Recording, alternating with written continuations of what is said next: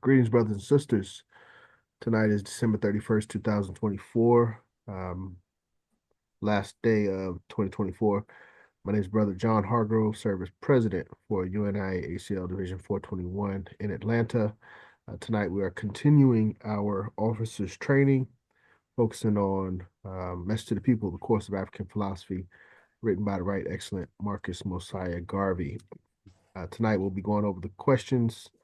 Yeah, this slide is all off. We'll be going over questions from lesson 8 titled The Social System, and we'll be doing the reading for lesson 9 titled Diplomacy. As always, we have our rituals to open. We'll do a pledge, and then I'll ask one of our students to read the oath. The oath will be part of our practice moving forward. So we'll do pledge, call and repeat, and I'll lead that. Format will be a little bit different for this group. We are a little bit advanced group. It's not our normal novice audience. So just please repeat after me. I commit my body, mind, and spirit to the protection, defense, and security of the red, black, and green. I commit my body, mind, and spirit to the protection, defense, and security of the red, black, and green.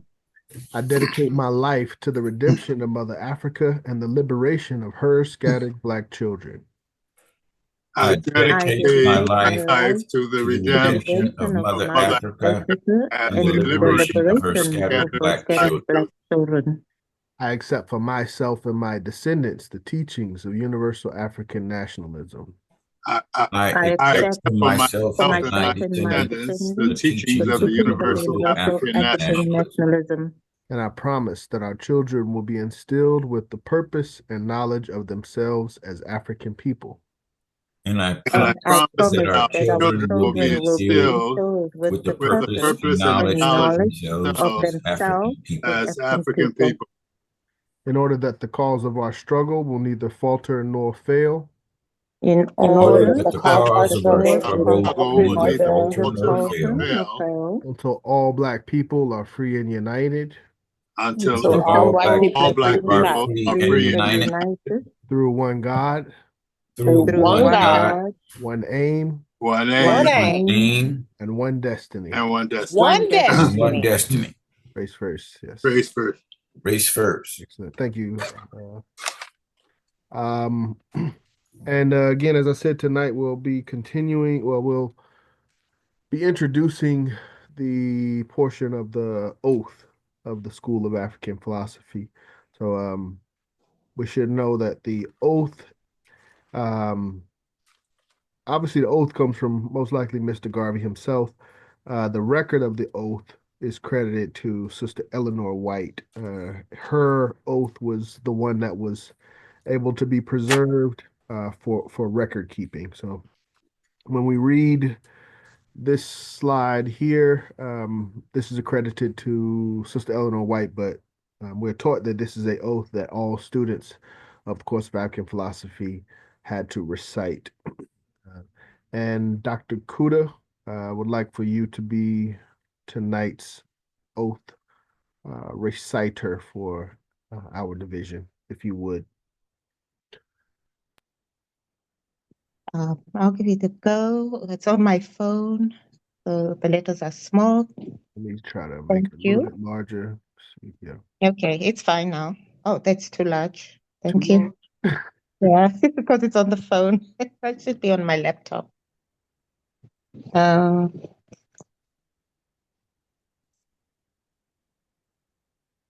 Oath of the School of African Philosophy by Dr. Eleanor White.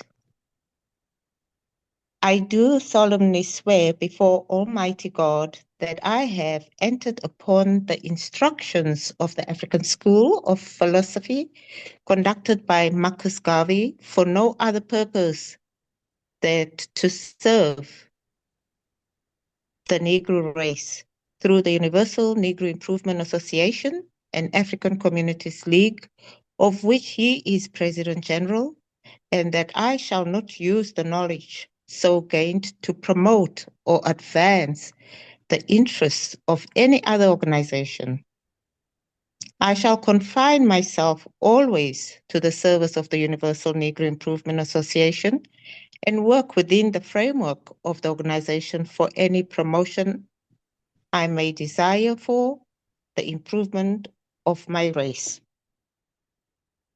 I shall never divulge or reveal any of these lessons I receive to anyone, and shall never allow the lessons or records thereof to fall into the hands of anyone, and shall safeguard the same with my life from falling into the hands of other races. I shall always use all my energy and ability to advance the interests of the Universal Negro Improvement Association, and shall never be in rebellion against it. And to this I swear myself, my honor and sacred trust, and should I fail this oath, may the just, sorry, I can't see further. One second. Just be able to see that now. No. No. May the just reward be meted out to me, so help me God. Yes. Thank you, Dr. Kuda. And everyone should be aware all students have recited this oath. All students of past classes.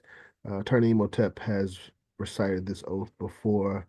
I'm not sure if there's anyone else on here, but that it will be an expectation of all students that plan to pursue the examination will be required to recite the oath that Dr. Kuda just did. Thank you, Dr. Kuda.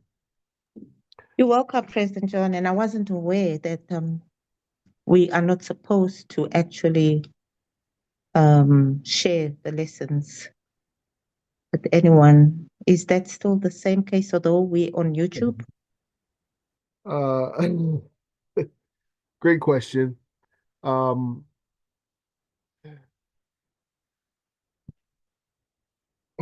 So, great question. First and foremost, context. The oath was originally created September 23rd, 1937. We're on slide 115, so keep that in mind. Let me go to the foreword to Brother Charles L. James. He has some comments in regards to that I think speaks to that question better than I can explain it. Forward.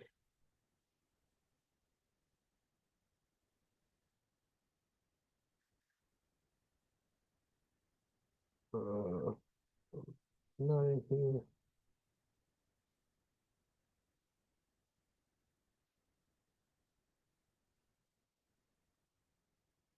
Give me a second. Let me get my summary.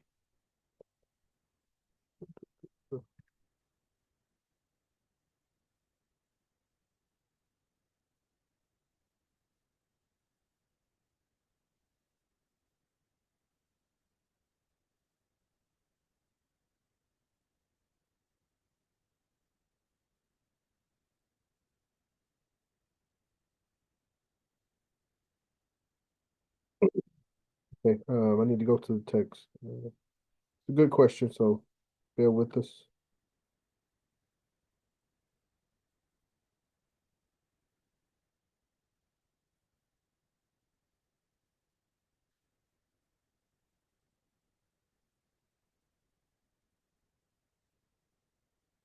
Charles L. James talks about the reason for the publishing of this text.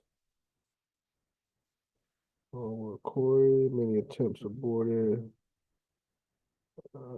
Students in first class is called Garvey Shockney, class one family. This is where he begins to talk about it. Let the record show I received the highest grade in every point of examination, graded E, so he was the best student. Classmates all agreed that I was the leader of the class of School of African Philosophy. As I write this foreword, I am sorry to announce that all my classmates of that first class have joined with the Right Excellent Marcus Messiah Garvey and our other ancestors. With all our human frailties, I am convinced that this first class has not failed our teacher, and we have been shining example those to come after us. Since this course is ours, whatever is written, distorted and injected by unauthorized persons using devices other than the proper way that was given to us by the founder and applying the benefits to their own personal benefit, please understand that, quote, there is a destiny that makes us brothers, none goes his way alone. All that we send into the lives of others comes back into our own. I think this is where he talks about the reasoning for the publishing of the text. So this would contradict some of what's said in the oath about the privacy of the lessons. Charles L. James says, as the only surviving graduate of the first class, it is important for me to protect the interests of those who preceded me into eternity. And knowing that there are forces trying to distort history, I hereby authorize Dr. Tony Martin, who has been recognized and appointed the authentic historian on the life and works of the Honorable Marcus Messiah Garvey by the Universal Negro Improvement Association and Convention, to publish the written document with the understanding that the right be reserved for future generations, which is the charge of the Honorable Marcus Garvey, founder. So your statement was specifically in regards to social media, but I would argue the publishing of the text predated the creation of social media, and that was where we initially opened the text up for public consumption. And that was done by Charles L. James in convention. So the text is public. How we give the lessons, not everything is published on YouTube, but the reading of the text, which we do, is on YouTube because the book itself is public. So it's nothing that we've discussed in any of these lessons that is not documented publicly in the book. Thank you. Yeah, great question though. But according to Charles L. James, and according to forces that were trying to distort history, the leaders were authorized to publish these works publicly, and that's part of what we continue to do through YouTube. But again, there's nothing that we publish that's not, in the book itself. All right. Any other questions before we start today's lesson on social system? Slide 155. Make sure I'm sharing the right information.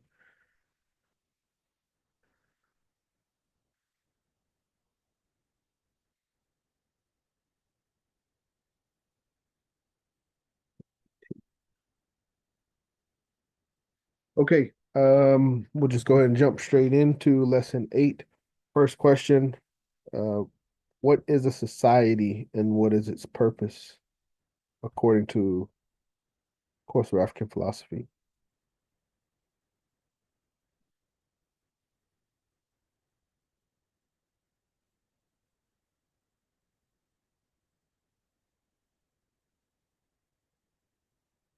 See you, Dr. Kuda. Anyone else? No, Dr. Kuda's got it. According to African philosophy, society and what its purpose is that it's an organization of mankind to safeguard and protect its own interests, to maintain the greatest good for the greatest number. Absolutely. Any questions on the definition of how Mr. Garvey defines society?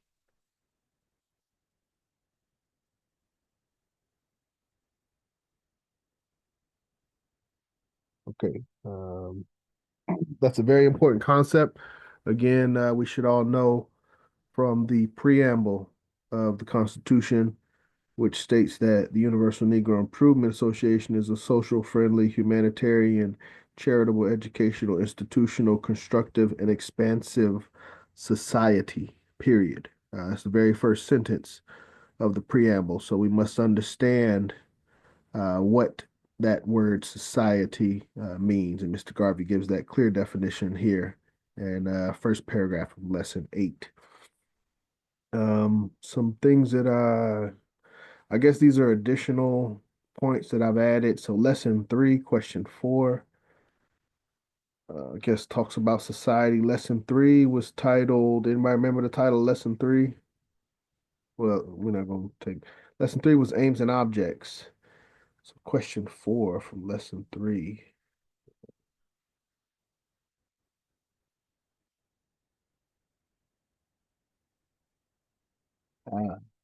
So question 4 from lesson 3 was, where's my answers? Oh,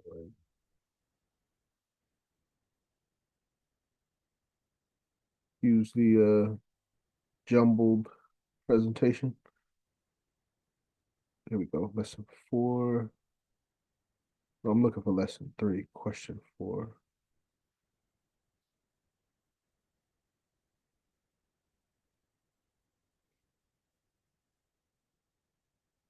Okay, here it is. Lesson 3, question 4, which we talked about several weeks ago. One of the questions was, what is required for a nation to be free? And what is our only protection? And at that time, Mr. Garvey taught that a strong nation, lesson 3, Mr. Garvey says a strong nation of its own. Okay. It A strong nation has its own system of government, its own order of society. So we talked about this um, back in lesson 3, but we didn't get a definition of society until lesson 8. Only protection is to have your own government. So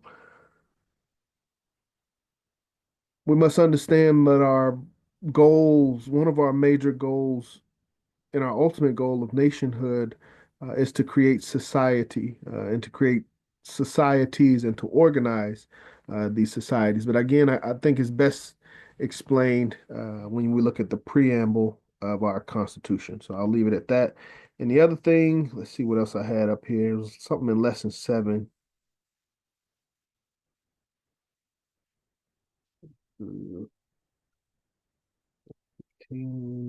Lesson 7, question 2. Lesson 7 is character. Lesson 7, question 2 said, who defines the standard for good character? What happens when we do not live up to those standards? So in lesson 7, character, we said that the society of the time in which you live determines the standard for good character. And we don't live up to those standards, we will not be respected. So we must understand that in the UNIA, we define our own standards for what is acceptable character. We are our own society, and other people's standards that we've known and we've lived under may not necessarily apply or live up to the standard of the UNIA. That's one of the main points we should understand for first question, lesson 8. All right, society. We're building a society. Question 2, what are the characteristics of a society and how is society made evident? We're trying to build a society, so we should know what it looks like and how it's made evident. How do we know when we've created a society or we are inside of a society?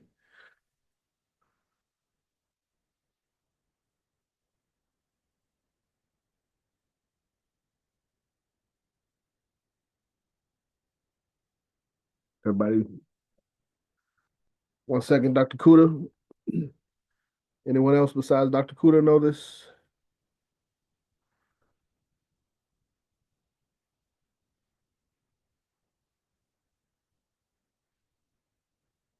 I need to, we gotta take our time. This is very critical. Regulations, I see you, Brother Eric. All right, regulations and rules. Brother Eric coming in the clutch. Yes, rules and regulations is how a society is made evident. Thank you, Brother Eric. And Dr. Kuda, I'm sure you were ready, had that as well. And laws. And laws, absolutely. But briefly before we go there, just want to make sure everyone is grounded on. And I know it's holiday time. We took a week off. Everybody a little sluggish and a little groggy getting back. I understand, but this is very, very critical, very important information.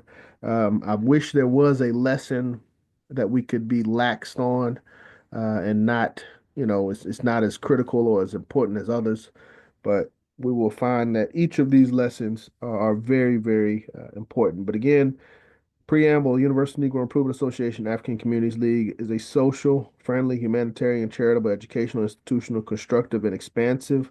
All of these words are adjectives. None of these are nouns. It does not say what the UNIA is. The only word the only noun that is saying what the UNIA is here, society. That is what the UNIA is in its inception in the Constitution. It's a society. As Brother Eric said, and as the text says, let me get my share correct. By regulations, rules, and laws, members of society must obey laws. Everybody clear on that? Does the UNIA have any laws or rules and regulations as a society that anyone can think of?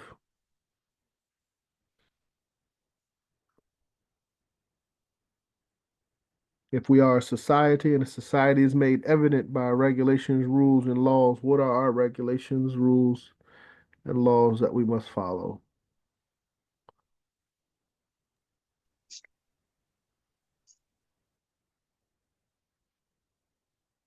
We can just do what we want.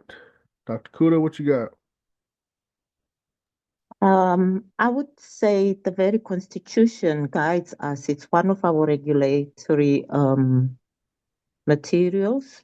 We go by some of the regulations in our Constitution, as well as the divisional bylaws. We have bylaws at the UNIA Division 421 and other divisions. Yes, absolutely, Dr. Kuda, you're correct in regards to the repository of regulations and laws. They would be primarily found in the Constitution and the bylaws. But my more direct question is, what laws or regulations or rules must we obey uh, here in the UNIA?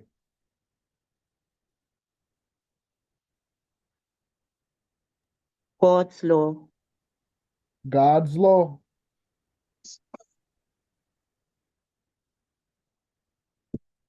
I hear you, Dr. Kuda. Um, I hear you. But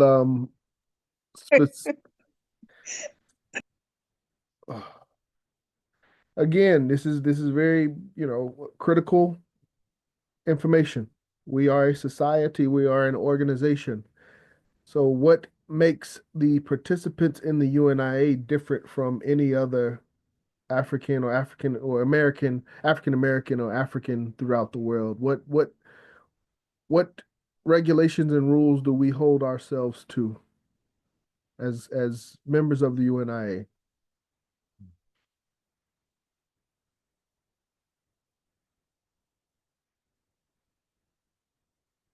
Got some chat.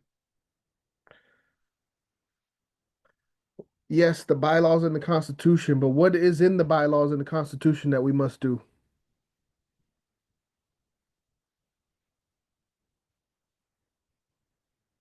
That's like saying we must follow the Bible, but okay, Practice. what does that Practice. mean?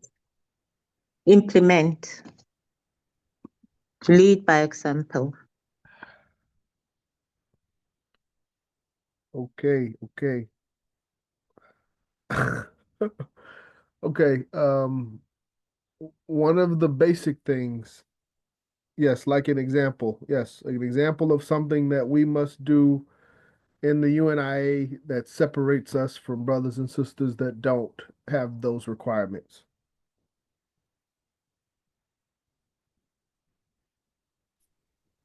Put the race first.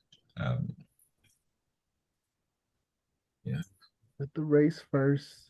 So yeah, y'all saying a lot of good things, but these, yes, I'm looking for one of the specifics would be something like paying dues. That is a law. That is a constitutional requirement for active members in the UNIA.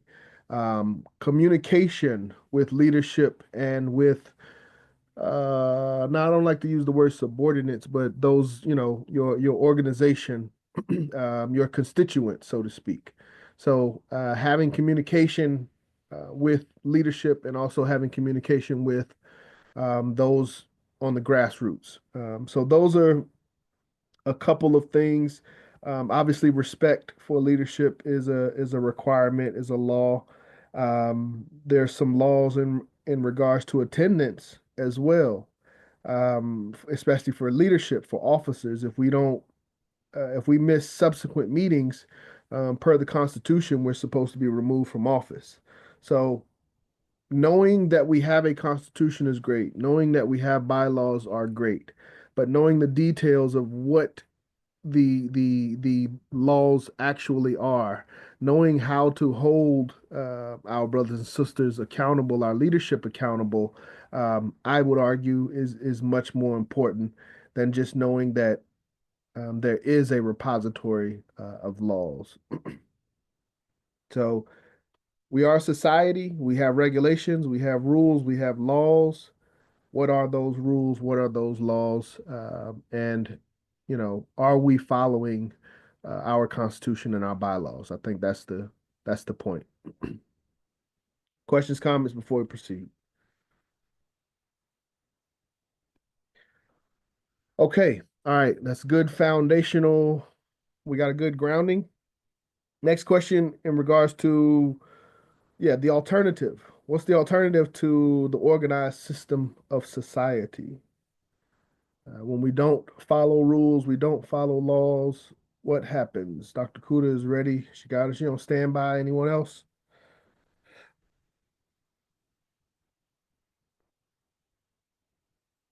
Anarchy. Anarchy, yes. Dr. Kuda, what you got? I think that. We become rebellious. Rebellion. Yep. Rebellion, anarchy, riotous, but the lack of law and order.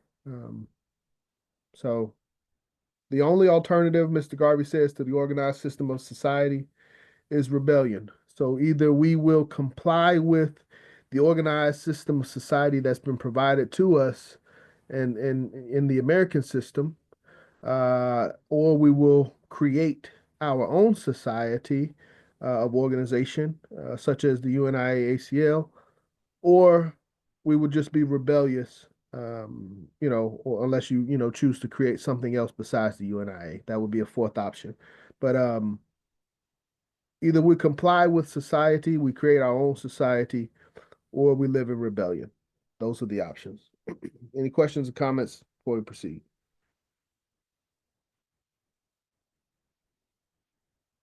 Okay. Okay. What does Mr. Garvey mean when he says, quote, you should always seek to have something at stake in the community in which you live? Dr. Kuda is ready. What was Garvey saying in that statement? We should always have something at stake in the community in which we live.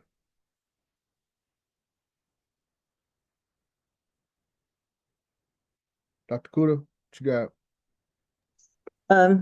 He meant that we should always own property or have something worthwhile to be a citizen, worthwhile of a citizen because you're living in that country. So own some property, to have some good evidence of your status. Yeah. So that the government recognizes, the government actually does recognize property owners. So it is good to own your own property.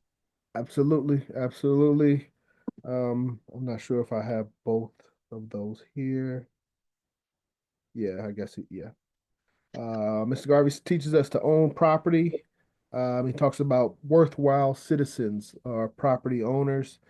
He speaks on evidence of status and how government recognizes property owners. But we are, an organization, and an organization must have representatives. So we are representatives of our communities, of our nation that we are building. In order to be a good representative, you should have some ownership in the organization or the community that you are representing.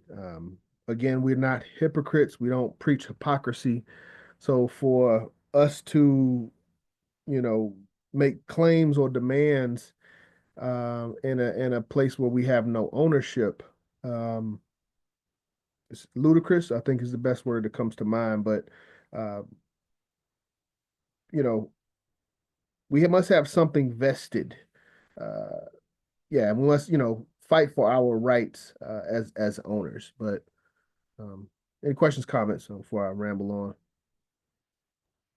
Well, I just wanted to point out that in years past, that presidents of divisions back in the 20s and 30s, at least, it was an unwritten rule that you had to be a property owner in your community in order to be a president, because that was an important staple, for having the vested interest, like you said, in the affairs of the community. They know you were all in and not just some strangers out of town trying to push some message, but that you were one of them, a member of the community, not just, whatever. So anyway, and you get those, what is called fly by night people. You'll be here fighting, and then as soon as things get real hot and heavy, they just up and gone, and you never know. You start asking, where did they live, and you find out they never even lived in the community. They came in from out of state, and they went back out of state. So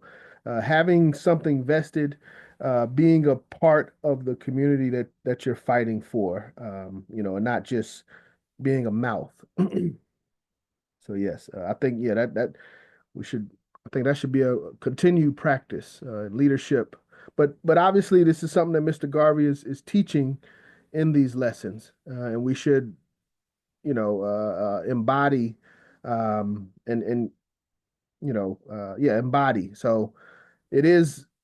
Thank you, Brother Moya Mao. And Mr. Garvey is basically making that a written, not a requirement, but not even a mandate, but it's something that, as graduates of the course of African philosophy, if we are in a position of leadership, we should understand that we should have some level of ownership in our community. I think that's very clear. Any questions or comments so far?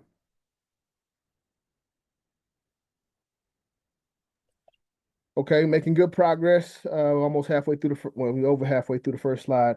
In regards to the police, what type of attitude does Mr. Garvey say that we should adopt towards the police, and why?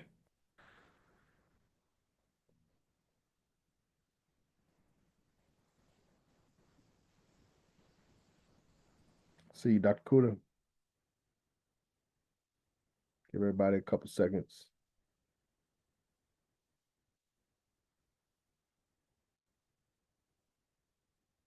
What you got, Dr. Kuda? This is something that I always do. Like when I catch the ferry going to Manhattan, there's always the police there. I'm friendly to them. I greet them. I don't know where things have gone wrong, that some people, you know, don't get friendly with the police. But I'm so glad that it's in our lessons that we should be friendly, and because the police are there to protect us, the citizens. Yes. They are not our enemy, but they like our public protectors. Absolutely, absolutely.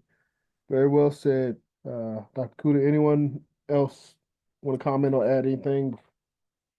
Very well stated as per the teaching.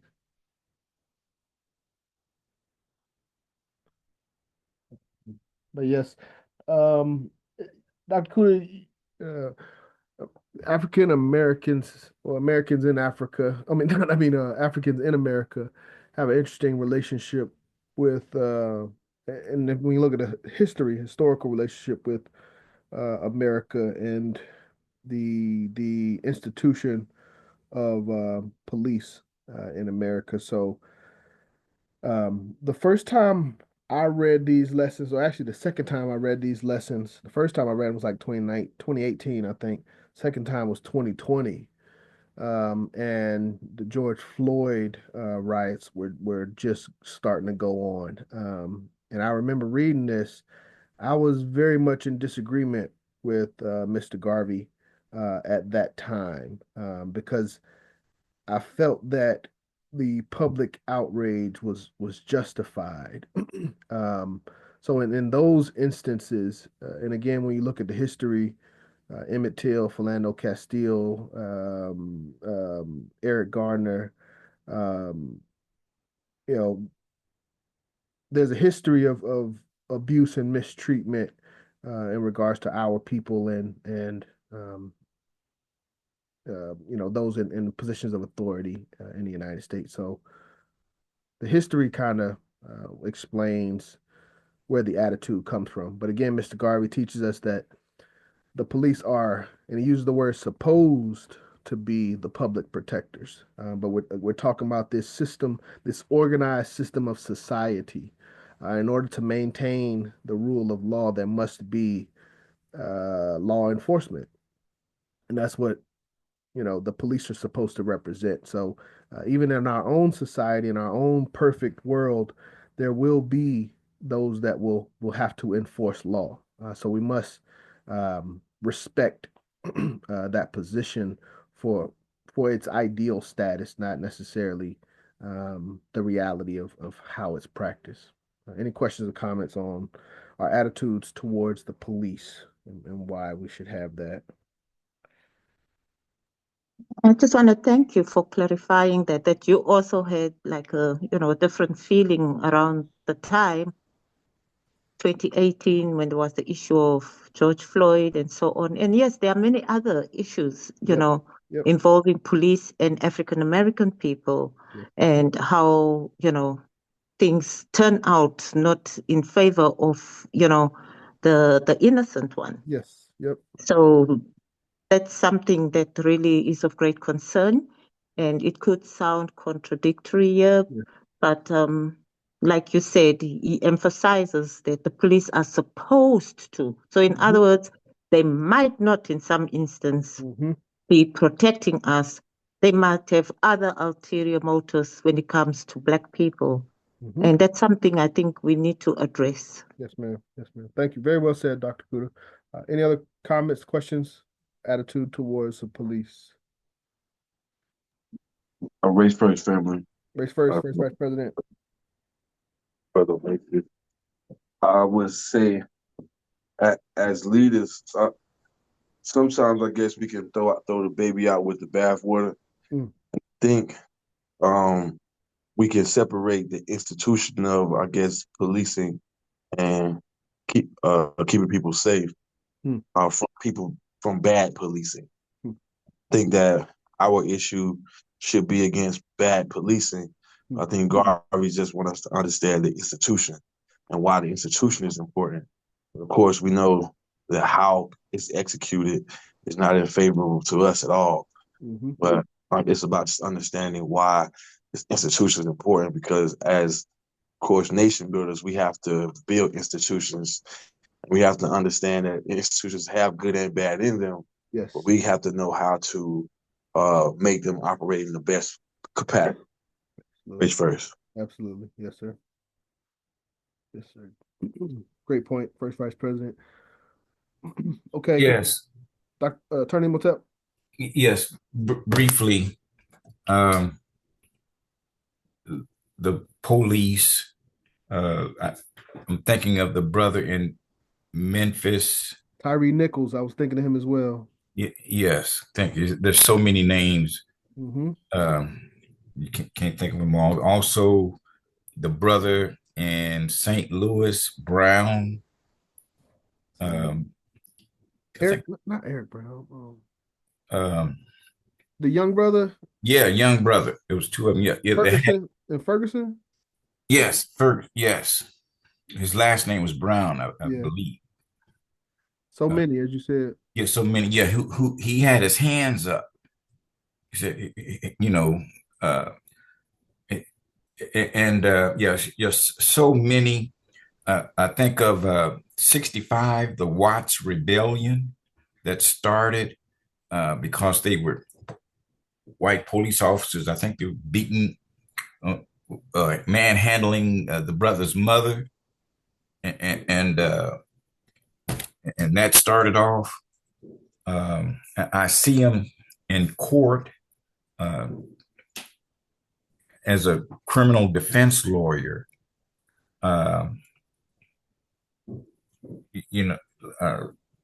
Lie, on the witness stand. They call it a testy lie. So it's bad, and it's not getting any better. There's the correction officers who just killed this brother. I'm trying to think which state was that in. It's on a video that the other officers didn't know that their cameras were on, and there's no voice, but they picked up everything. New York, upstate New York, because the sister attorney general, state attorney general, stated, they're going to investigate and do the right thing. It's so much to say. So this is a hard one here to work on. Yes. Here and the police used to be what the quote slave catchers. Mm-hmm. That's what they later turn into be the police officers. Mm-hmm. So it's quite involved. Go on and on. Thank you. Race first. Yes, sir. Thank you, Attorney Otep. Yes, just like I said, the history of that relationship of Africans in America and what we know as the institution of police and that history of its relationship with slavery. But again, this is a leadership course, so we're training ourselves to be representatives. And the next lesson that we're going to read tonight talks about diplomacy and being diplomatic. And I think this is just a brief introduction as to what we have to do in regards to diplomacy and working with those that we know we have a negative history with. But again, we still have to be representatives, and we still have to work for the best conditions for our people in this time. Okay. Next question: why should we help the police to maintain order? Why? Why should we help them? Not just be friendly, but help them. I see you, Dr. Kuda.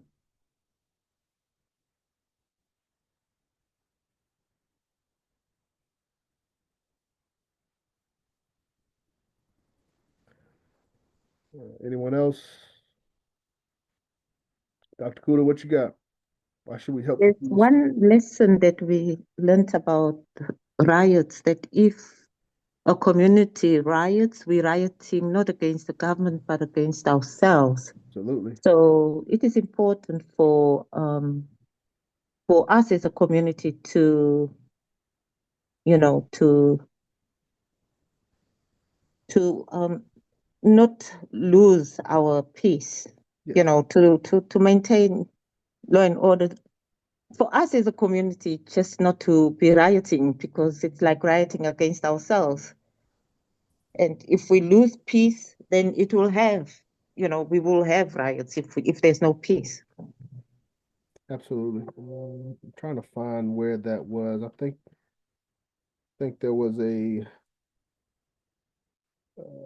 directive Mr. Garvey gave us. I can't find it. Maybe this is the question where he talks about that. Someone else have any comment or question? Thank you, Dr. Kuda. Very accurate. 15. Apologies.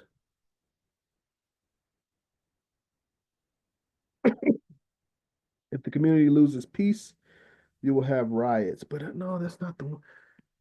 But in another lesson, Mr. Garvey talked about what is the highest service that a citizen can provide to the community.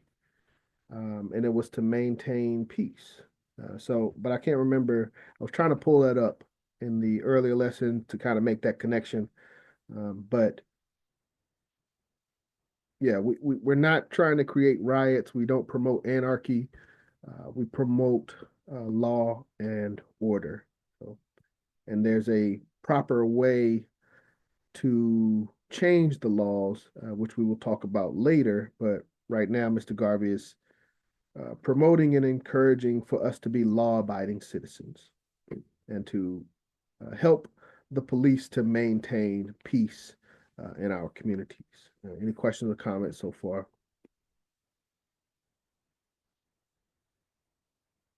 But yes, we don't want riots. We don't want, our communities, burning down houses and breaking into cars.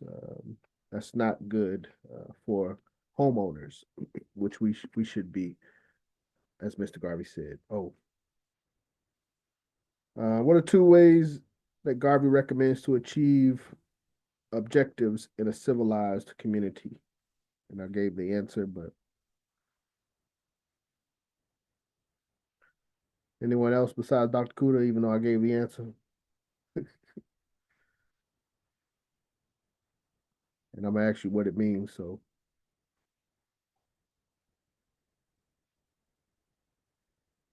Dr. Kuda? The 2 ways that Garvey recommends to achieve objectives in a civilized community are good reason and good judgment. Have a good reason and a good judgment. Yes. And what is the takeaway from that statement? How should we behave? A very good example is the very question 5, where we have to be friendly to the supposed to be protective, to citizens, the policing or the police. So we got to have good reasoning, given the times we are in. Is it going to pay us to riot against these police? Absolutely. And and give good judgment as to, like for instance, I think that this could also give us further action, not just good reasoning and only good judgment, but also to be able to act. After we've done good reasoning and good judgment, then we need to, have some follow-up action, and hold these people accountable for their actions, So, yeah, that's what I would add, because it's good enough for us to follow the teachings of Garvey and be, try to be law-abiding citizens. But at the same time, when your rights are being, infringed upon you in public to a point of taking away your life and being imprisoned for life for something you didn't do, we need a legal team. It's like now with Garvey's issues, what he was locked up for and got deported for, we know is not the case, that is supposed to get him to be deported, just a mail fraud case. So they had to find something to get him out of America because he was influential on empowering African Americans. And those kind of things are still waiting for us to tackle, and get justice for them. So yes, we can have good reasoning and good judgment, but we also need to act based on what we articulated in our mental capacity, or in our medulla oblongata, what we came up with in our brains as we were reasoning and judging. Yeah. Action it, put it into action. Yes, I understand, Dr. Kuda. Good reason, good judgment, and putting it into action.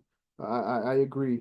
I think one of the takeaways that I get from this is I've heard Mr. Garvey earlier in the text talking about not being emotional in regards to our decision making, and making sure that we are have used logic and reason rather than emotion.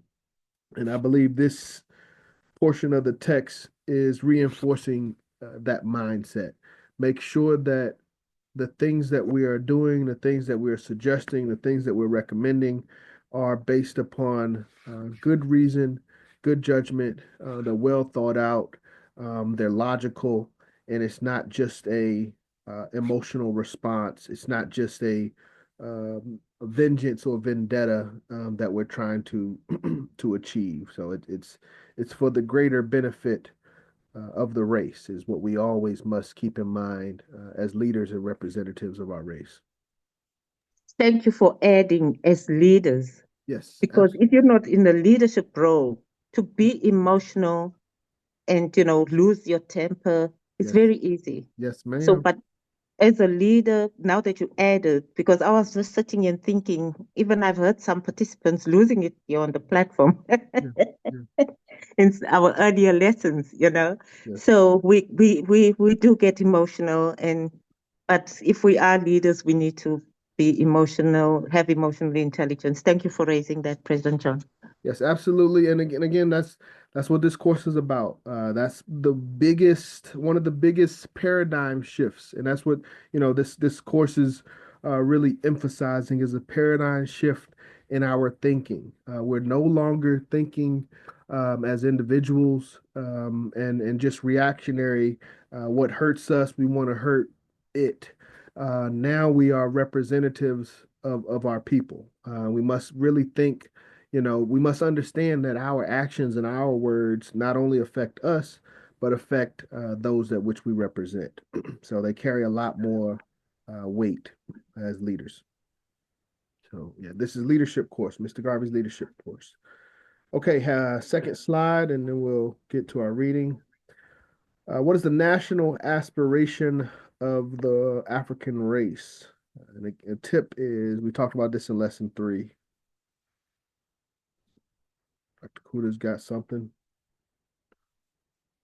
This we should all know this as UNIA members, as leaders of the UNIA, as leaders of our race. What is the national aspiration? If someone on the street were to come up to you and say, "Hey, yeah, you're a leader in the UNIA. What's the national aspirations of the race?" As a member and leader of the UNIA, what would we tell them? Or if they ask, what was Mr. Garvey's opinions on the national aspirations of the race? Because that's a right and wrong answer. What we think is what we think, but what does Mr. Garvey say is the national aspiration of the African race? Does anyone know besides Dr. Kuda?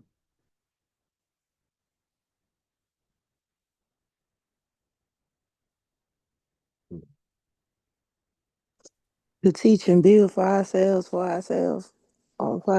and universal African nationalism. That is a component to it, yes.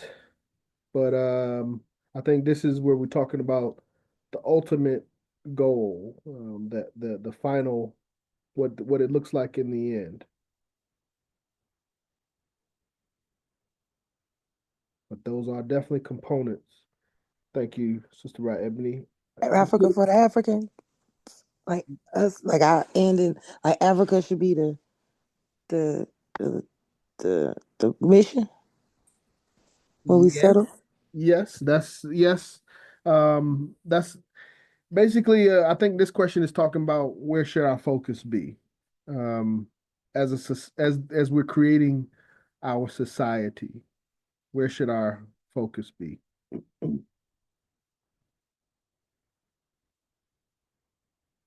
Dr. Kuda, you got the text? Yes, our focus should be in finding ways on how to express ourselves and not to be, like revolutionary, not in revolution, but, is to find to express Yes. expression. Find expression, not in revolution. 1 second. And I got lesson 3 as a tip. I think we just talked about this earlier. Lesson 3. So there's something about expression in lesson 3.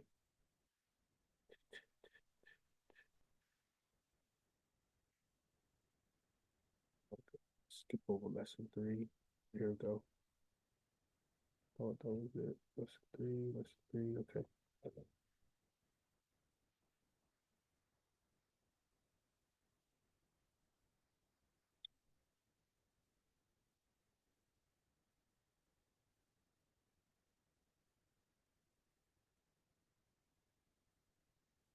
Okay, there we go. Lesson 3, what is the highest expression of independence?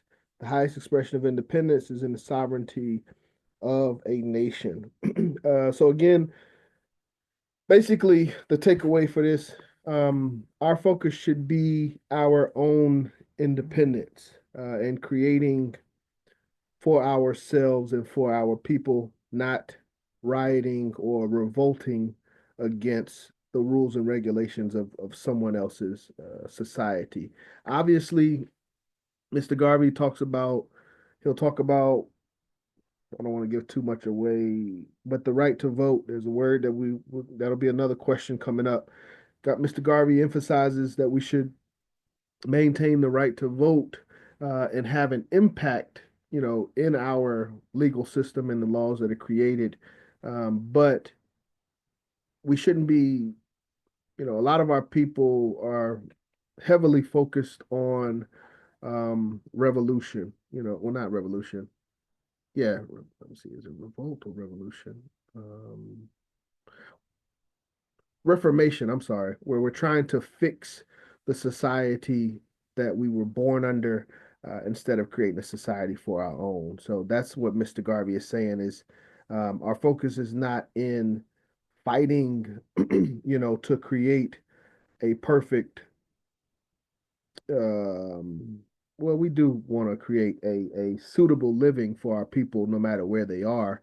But our ultimate goal is independence in a sovereign nation, which we talked about on the continent of Africa. So this is more in line with when we talk about riotous behavior. Riotous behavior is an individual that feels trapped, that feels they have no choice but to riot. We as nation builders should understand that, you know, this is not our ultimate goal. This is not our ultimate home. So we got to stay focused. So would it be correct to say that the answer for number 9 is in sovereignty of what you were reading just now? Is find expression in sovereignty of our nation. Yeah, this is not going to be an exam question, but it's just, yes, it's more so remembering for us to stay focused on sovereignty and nationhood and not just, what is our status as a minority in someone else's nation. Thank you. Yes. We're only 14% population here. We're not a majority. There's a lot that we have fought for, rightfully so, and there's more that we deserve. But from a population standpoint, Mr. Garvey doesn't feel that it would be reasonable for us to really expect equality given given that we're only 14% of the population and others have a majority. Society, as we said, is organization of mankind, safeguard, protect its own interests, maintain the greatest good for the greatest number. So the majority of the population is going to make sure that the society benefits them. And we have never been the majority in this land since Columbus and colonizers got here. So this is not our priority. Reformation is not our priority. Nationhood and sovereignty on the motherland is our priority. So it's more so like, what are we really rioting about? Okay, this is the question I was looking for. What is the highest service a citizen can refer to in a community or organized society? What is the highest service that a citizen can provide to a community or organized society, according to Mr. Garvey? This is a straightforward one. I got you, Dr. Kuda.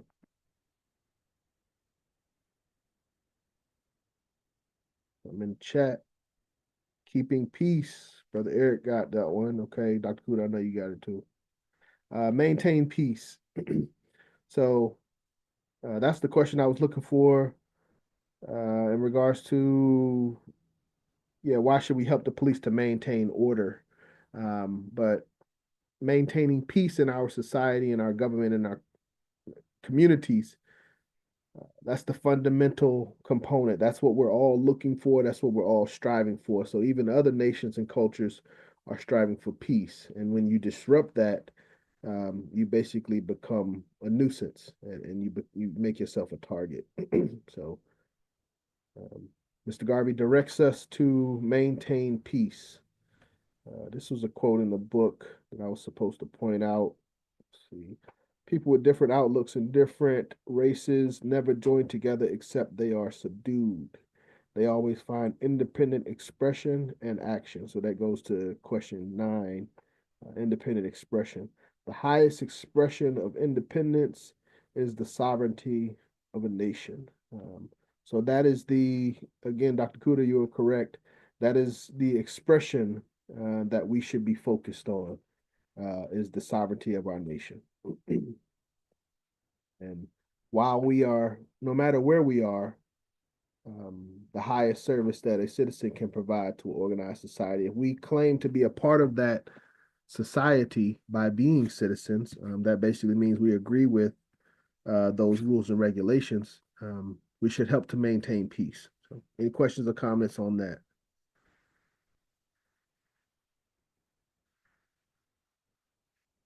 Okay, just a few more questions. Politics, second half of this lesson talks about politics. How does Mr. Garvey define politics? What are politics? We use that word, we throw it around all the time. What are politics? See you, Dr. Kuda. What does politics mean to a Garveyite? To the UNIA, when we say we're talking politics, what are we talking? Dr. Kuda. According to Garvey, according to Garvey, politics. Great start. Sorry? I said, according to Garvey, great start. Yes. Signs of government that protects those human rights that are not protected by law. Yes. That is what politics is about. It's the signs of government that protects those human rights that are not protected by the law. Anybody have an idea what that means? Science of government that protects those human rights that are not protected by law. To me, it sounds like the gray area of laws, but something that's not written explicitly, and it must be kind of argued or interpreted a certain way, is my takeaway. Science of government that protects those human rights that are not protected by law. I believe what Brother Omai says, what he has just posted in the chat, the quality of life. We have the 32, the Universal Declaration of Human Rights by the United Nations. And I've never seen the one that Brother Mises just shared now, the quality of life. So politics is, according to Garvey, that's what he says. Politics is the science of government that protects those human rights that are not protected by the law. So politicians, they are there to politic some things that are really not protected by the law, like the quality of life that Brother Mises just shared. That's just my thinking.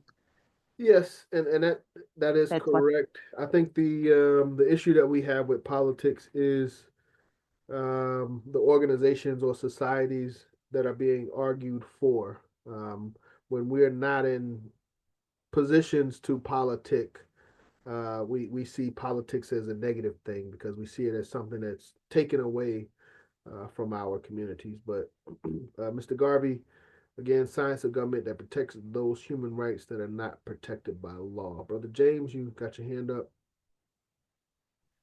Yeah, to me, I think that is an interesting way that Mr. Garvey put it. I would say, to me, what that means is kind of the imposing of influence.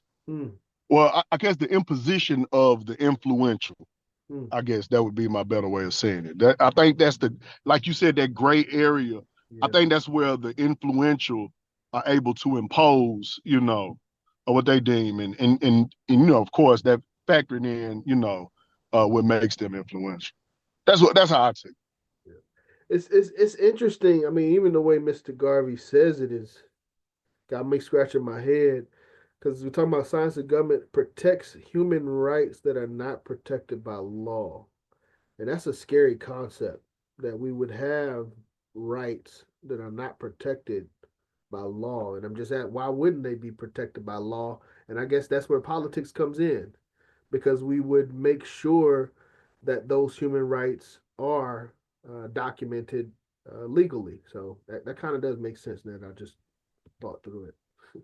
Usage of public property, parks, etc. Protect those human rights.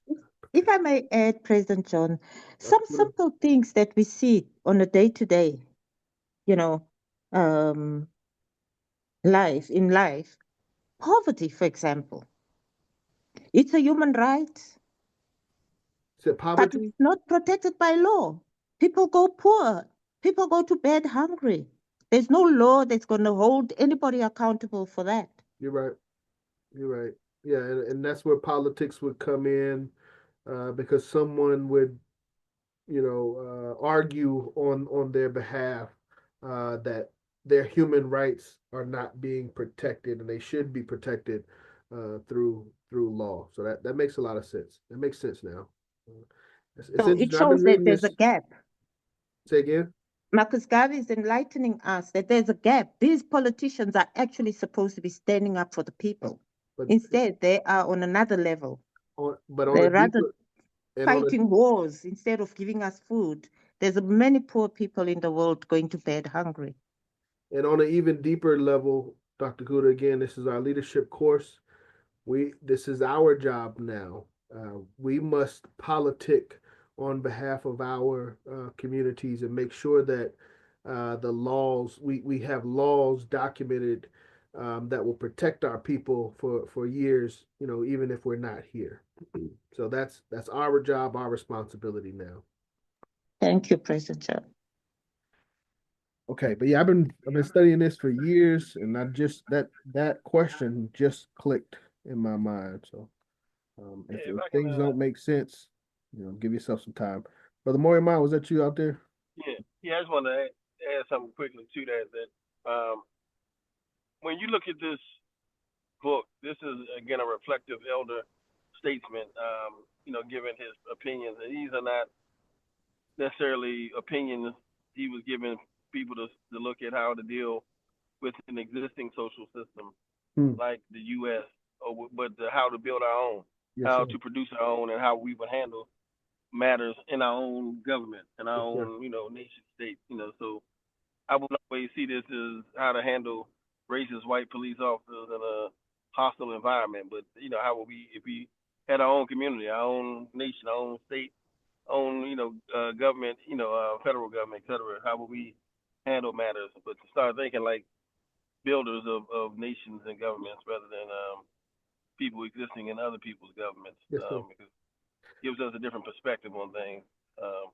Because these are our servants, so even if they misbehave, there are ways of dealing with them, but without having to destroy and tear everything down, So, and then we declare our own rights. We're not big on the civil rights thing. So, slaves, beg for rights, but free people declare their rights, and there's someone to violate them. And that's what nations can do. But as leaders of a nation, we have to think differently. That's why we can't be the reactionary rioters, because we're thinking about the children and the women and everybody else. We're representing everybody, and we fall apart and try to take on a war that we can't win. It's gonna be consequences. So anyway, thinking like a real nationalist requires some adjustment, and this lesson is one that does that in a lot of ways. Absolutely. And yeah, I'm glad you brought that back. Yeah, we should be thinking of how we can improve, the UNIA-ACL Constitution, any updates that we should be making to our local bylaws, so that we can, as Dr. Kuda said, there are people that are poor. How does the UNIA address the needy in their community? What are the laws, to protect the rights of the poor and the needy in each of our communities? Have we addressed that internally as our own society before we go out and beg from others? So great point, Brother Moyama, and that's we all must internalize this information and bring it home. When I looked up a Google definition on politics, just for comparison, it said at the time, activities associated with the governance of a country or area, especially among individuals hoping to achieve power. And that's kind of that individuals hoping to achieve power has always been a negative association I've had with politics, because it just seems like a power grab. But again, this is Mr. Garvey's course. The Google definition is not something that would be on an exam. It will be Mr. Garvey's teachings. It's just for comparison. Okay, why does Garvey say that we should know government officials? And we talked about knowing individuals in leadership, a lesson on leadership. Dr. Kuda is on standby. I'm gonna find page 22. Give everyone a couple seconds.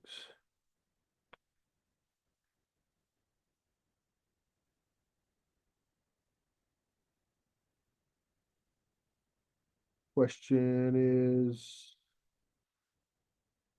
why does Garvey say that we should know government officials? Dr. Kuda, what you got?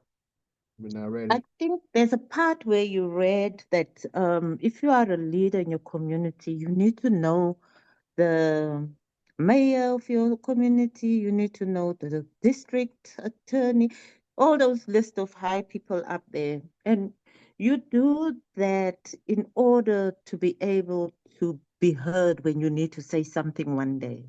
They Yeah. can come to your aid, they can assist you. Yes. So it is important, yes, for us to network with people in high positions. Yes. Yes. And again, paradigm shift. We're no longer in positions of individuals or normal members. We are accepting responsibility of leadership. And with that, we have, constituents. We have a body that we represent. And we must understand how organizations work. We are representatives of an organization. There are other representatives of other organizations, whether it's United States, whether it's our local state, our local city, businesses. Um, each of these entities are just groups of individuals. and we should we should know who the players are, who the power players are, who the decision makers are for each of these organizations. But yeah, Mr. Garvey says to know them. Basically, we should know them before we get in trouble, and we need to know them. To get help when you are in trouble is why we should know them ahead of time. And to Dr. Kuda's point on page 22, when we were talking about leadership, Mr. Garvey said that a leader should always make an effort to be known in his community. He must acquaint himself with everything that is happening. He must know the governor of the state or country, the secretary of his state or his colonial secretary. He must know the mayor of his city and all members of the legislature. He must know the bishops of his city, the administrative heads of all government departments, all the preachers and doctors and lawyers, and prominent businessmen. So it's not about us anymore. It's about our people. And we must interact with these representatives as representatives of our society, our community, and our government. Okay. If I hear you correctly, please, President John, explain to me. Does this mean, as much as we as the UNIA are a government of our own, if I need help, I should be contacting that list of people you just read that are in the current government, being in America?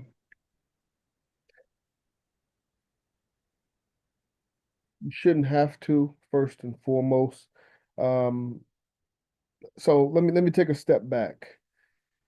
In an ideal sense, the UNIA, in its strong sense, we would have representatives and ambassadors, so and legal counsel. So we would, just as any other member of another nation, if they have any legal issues, they have support from their home nation. So before we talk to any local representatives, I would argue that we would work through the UNIA's channels of legal representation, so that we can be represented by the UNIA.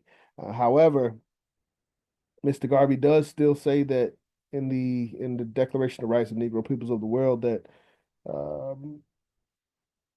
any claim of citizenship, if that chooses to be honored, then so be it. So if an individual chooses to utilize their United States citizenship and represent themselves through the United States legal system, I think it would be of benefit to know, other people in positions of power in the United States legal system.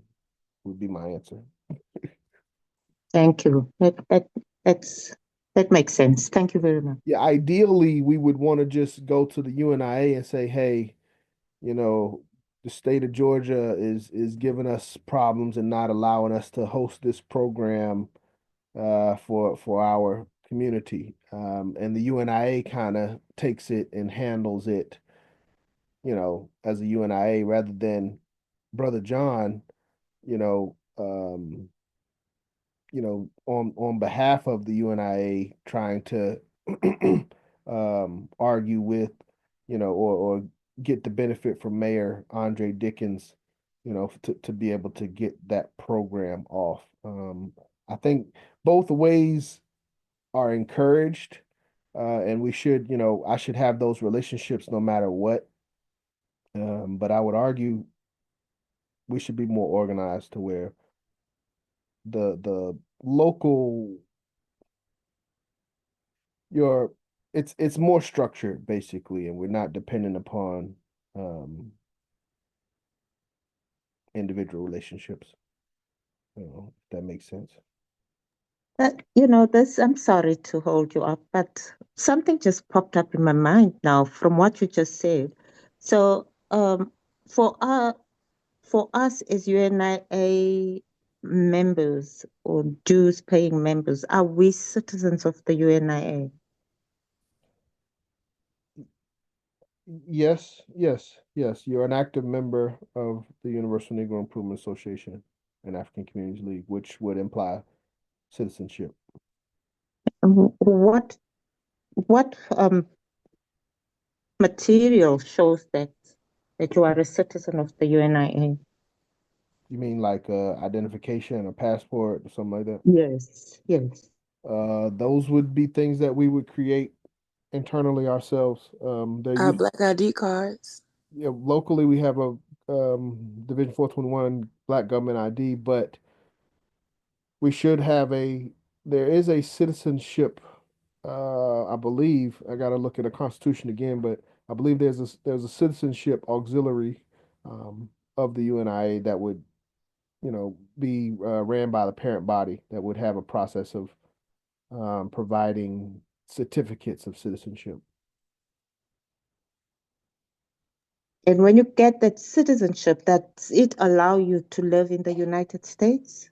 Or you need a United States citizenship? And where would you live with the UNIA citizenship? The UNIA currently does not have any that I'm aware of, any geographical boundaries that we control autonomously. Garvey called us a nation without land or something like that, a people without land. Yeah, we're behind enemy lines. We don't have our own land that we can point to and say we can go here. We don't have to pay taxes to anybody. We don't have that. So all of our citizens, unfortunately, are citizens of other nations. The nations is within us. Like wherever we go, we are. That's wherever we are. Wherever we land, that's UNIA land. Because Garvey always wanted us to abide by the land's rules anyway. Yes. So wherever we come from, so it's like if we are UNIA active members, we represent that at every cost. Because even with our representation on the land where we're from or where we're standing, he still says represent the land, like represent their flag too. So we will have our UNIA flag and the USA flag, or the UNIA flag and the Jamaican flag, or wherever that our roots originated from. We will represent that and our flag. So it will be in both cases. Right? But currently there is no place that I'm aware of that is solely UNIA land. It would be like UNIA in Jamaica, or as we talk about UNIA in Georgia, UNIA in Liberia, but not a autonomous geographical boundary that is UNIA-ACL by itself, standalone. Thank you. Yeah, I just want I just want to point out, just to clarify, like as you were saying, that many of the things originally written and done were under the auspices of a provisional government. Yes, sir. When we had originally understood Africa to be colonized, and we wanted to go establish a settlement, and from that settlement expand our community to be a sovereign nation state, and secure some of the mandates from Germany that lost their mandates during the World War I at the time, etc. There were some legal efforts to establish sovereignty, just as other nation states have, including Israel and others, but we never got to the point of successfully acquiring a sovereign land base. Mm-hmm. So there were some who tried to, in different times in UNIA history, who were a little pretentious about us having citizenship, and they were kind of delusional in thinking that they were going to take over somebody's land and declare themselves, sovereign in their Magic Kingdom or Neverland or wherever else they were, thinking about. But that's not reality.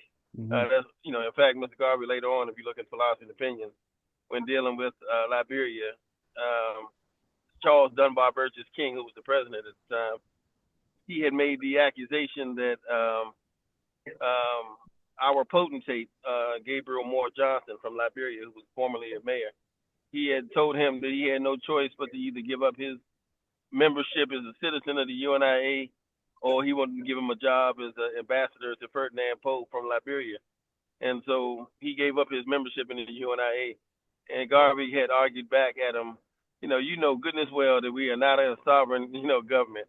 And, we are an association, and that you're exploiting, our provisional, aspirations to, pretend that we someone can't be a member of our organization, a member of another government too. So anyway, it was clear that, Mr. Garvey understood the difference between, pretending to be something that you're not, and actually having true power, no justice for power, no strength for law, was, something he kept pushing all the time. And we don't have no power. We're not collectively strong enough, and we don't need to be pretending. That's why, he was again talking about riots and rebellion. Nations go to war. Nations don't go rioting. Yes, nations don't, do certain things that others do. But we have to think like a nation, but understand our limitations too. We can develop the diplomatic status, but again, that's another process. But as of right now, no, there's no. If anybody tells you they have citizenship, legal citizenship in the UNIA, yeah, run. That's all I'm gonna say. Run fast, because they might be trying to sell you a Brooklyn Bridge next. But anyway, but yeah, there's none of that. So don't get caught. To my knowledge, brother Moore, President Ross Marvin is in, and he's taught me of, I believe in 2012 they were trying to establish citizenship in the UNIA through Council General Farouk Muhammad. Farouk Muhammad. Oh yeah, I know all too well about that. And he almost got locked up trying to be a sheriff or some kind of silly thing that he.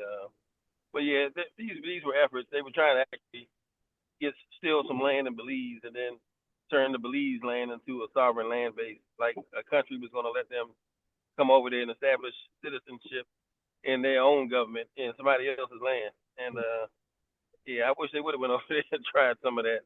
They all would have got locked up and thrown in the Belize prison. But some of these things are just not sensible. I mean, you don't really need international law degree to figure out some of the basics about, and there are ways of becoming a micronation or developing diplomatic status as a sovereign government.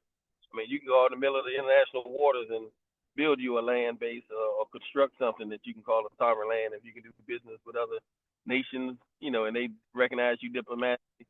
You can develop some status, but again, these are different processes you would have to go about. And once a number of people recognize you, then you would be included in the community of nations that they call the United Nations and all that. And you get an international charter to operate a certain capacity or whatever. But yeah, we don't have that, and and pretending we do and telling people this, crackerjack box citizenship like they're ignorant. That's as close to Jim Jones as you can get. And I don't like seeing otherwise intelligent people get fooled into thinking they have something they don't. And try to get up in police. In fact, I got a relative in prison now who think he's a sovereign citizen and all this, and he's been in there for a few months, and he's not coming home no time soon because he don't want to recognize some basics about law that this government has the power that he don't have. But anyway, people get caught up in that. Man, some think people go to jail for years. You don't have to pay taxes. That's a request. That's not a law. And okay, you tried it and did it work for you? Okay. Why most sovereign citizens I know are in prison right now. So that thing don't work too well. Sounds good. I mean, it's pretty to your ears, but don't be a fool. Mr. Garvey does not teach that, and if anybody says he does, let him show you where he made all put that together. We had a Bureau of Applications that had certain agency level stuff back in the 20s, but that was pushing out no fake make believe visas and Mr. stuff. Sanders, they discontinued your telemetry, so I'm going to take that off of you, okay? One less thing you have to. Sister Diane, you came off mute. Oh, okay. Yeah. So anyway, I don't want to belabor the point, but I just want to mention that don't get deluded into anybody's fantasy. world. Yeah, so but yeah, that's not the UNIA's mission. Yeah. I mean, hopefully one day again we'll be in a position to establish the sovereign empire that will, you know, which is still our aspiration to improve Africa, to make Africa independent. Hopefully, African Union will develop a international citizenship that we can all enjoy, and all these things are in keeping with our aspirations. But yeah, making up stuff is kind of crazy. Yeah, it's. So I mean, you understand the challenge.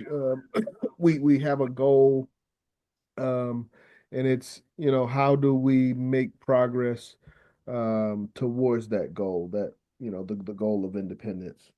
yeah, yeah, yeah. A lot of people look at what happens with the Native Americans, and they want to feel like, oh, we can have our own reservation, or we can do this. That's about the whole ADOS and I cleaned it FBA, off, guys. all that stuff started. Cleaned it off. Sister Diane, Say it again. no, Sister Diane keeps coming up. Yes. Greetings, everyone. So to add to what Brother Mariama was saying, I remember a long time ago, I told someone that God is my boss and the world is my office. So I think when it comes to citizenship, we kind of have to have the mindset.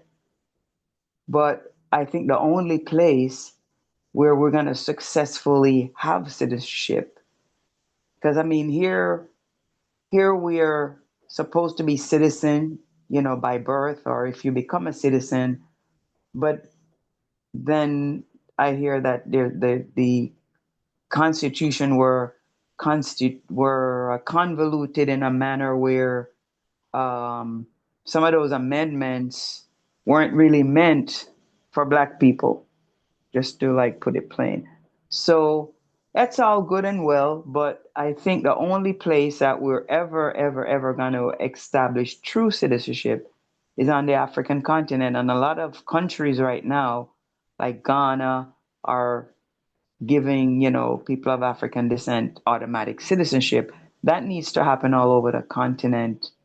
And then we'll be like, okay, we have citizenship on the continent. It's our domain, but just like everybody else, there in America is the so-called melting pot because you have people from all the islands here. You have people from China that's here. You have people from India that's here, all over the world. But people are, even if a Chinese person is working in America, living in America, families in America, the family, he knows his roots are in China. So he'll maybe have everything set up, his business in America, but he still sees China as home and he still goes back and forth whenever he wishes. Vacation, he might say, okay, I'm going to go to China, hang out, come back. And I think it should be the same for us, just like the people in India, but no other race in this country that has a citizenship here. So it's like a far-fetched thing. But I don't think it looks and feels so far-fetched when we look at Africa as home. When we look at Africa as home and then have, the flexibility to call any of those countries on the motherland, or, we should just be citizen of the darn continent because all those countries are not by us anyway. They're like, they're imposed by others. So anyway, anywhere that former, anywhere that descendants of slaves land their foot on the continent should be their darn, they should be a citizen. But I know that's a little convoluted and whatever, but I think it's more realistic to feel as citizens of the African continent than to set up a second government within the government. I don't know. I mean, I don't know of any other scenarios where that exists. But we shouldn't even have to do that because this is a stolen country. But those are stories for other days. But yeah, I've been reflecting on that, and Brother Miriam are kind of lay out some of the stuff I was thinking about. There are other little things I think about too, but I'll only bring those up when we need to. Now we're talking citizenship, so that's my take. Yes, so thank you. Thank you, Lady President, Sister Diane. From a context standpoint, I understand what you're saying, citizens of Africa, the continent, but I'm not sure if, and I'm pretty sure that the continent of Africa has not fully embraced the idea of a unified continent. There's still forces that are working behind the scenes to keep Africa divided. And again, we must understand, the UNIA predates the African Union. So the Mr. Garvey's ideas, and obviously he wasn't the first, to express the ideas of a unified Africa, but the UNIA and membership in the UNIA predated any you know organized solidarity, organization representing solidarity in Africa. And African Union would probably be the best one to represent that. So basically, yeah, before there was any idea of a unified Africa as an organization, the UNIA was the first to promote that. So, yeah. Yeah. Well, I know it's about close time, so I just wanted to mention. Well, first of all, I appreciate everything everybody said today. They were really using what you say, Dr. Kuda, the medulla oblongata. Y'all got some $1 million words in this group. Troglodytes, medulla oblongata. Yeah, I wish I talked gooder, but but I wanted to mention. I put a text in the group because of what Madam President Diane had mentioned about the Africa's demarcation and carving up, being carved up. Mhm. Someone had, I'm not sure if you're all aware, but ants typically follow each other wherever they go. They have a certain system of following one another, and we found out recently that is based upon the scent of their feet, or like when they step different places, the ant behind them can scent, you can smell the ant in front of them, and they follow them, because they leave this certain pheromone or whatever it is wherever they go. So if you see ants, they have a break in the line, and you would have put like a what do you call it, magic marker line in between the two ants on this piece of paper. The ant can't smell past that magic marker smell, and he can't follow anymore, even though the ant's right in front of him. He's trying to follow the steps, so he can't follow anymore. So there was a thing that someone put up online demonstrating that, where ants were following each other all around a piece of paper. Then they put a line in between, and then they got stuck and couldn't go outside of the marks that they, drew on the line. So then after looking at that for a few seconds, then they showed the map of Africa made up of magic markers, and basically likened us to the ants who, once Africa was carved up by these Europeans, now we can't seem to think outside the lines. So anyway, I thought it was kind of an interesting image, but I put the link to that image in the chat group so people know what it stands for, just in case they want to look at it. Thank you, Brother Moyama. Yes, but yes, unified Africa. A lot of what we know today and what we, believe is fact and will never change. Philosophies and thoughts were different in Garvey's time, but we must promote and create the reality of a unified Africa. 3 more questions, then we got reading. Four more questions. What is something we must never do in regards to politics, specifically politicians? Dr. Kuda. We should never sell ourselves to the politicians. Sell ourselves to the politicians. Why is that?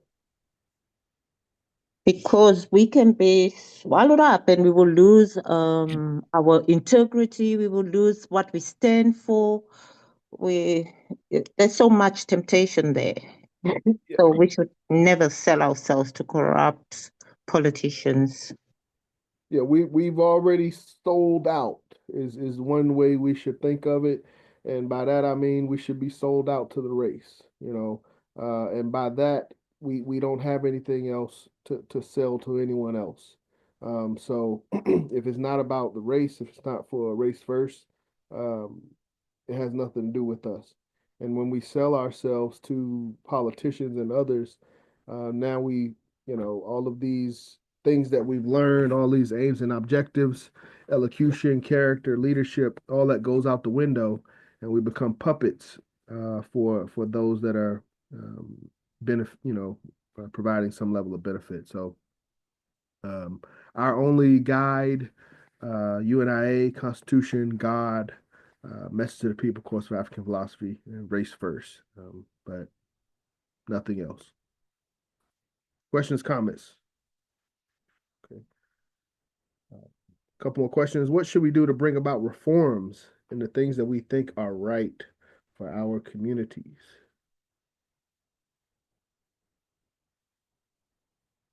Dr.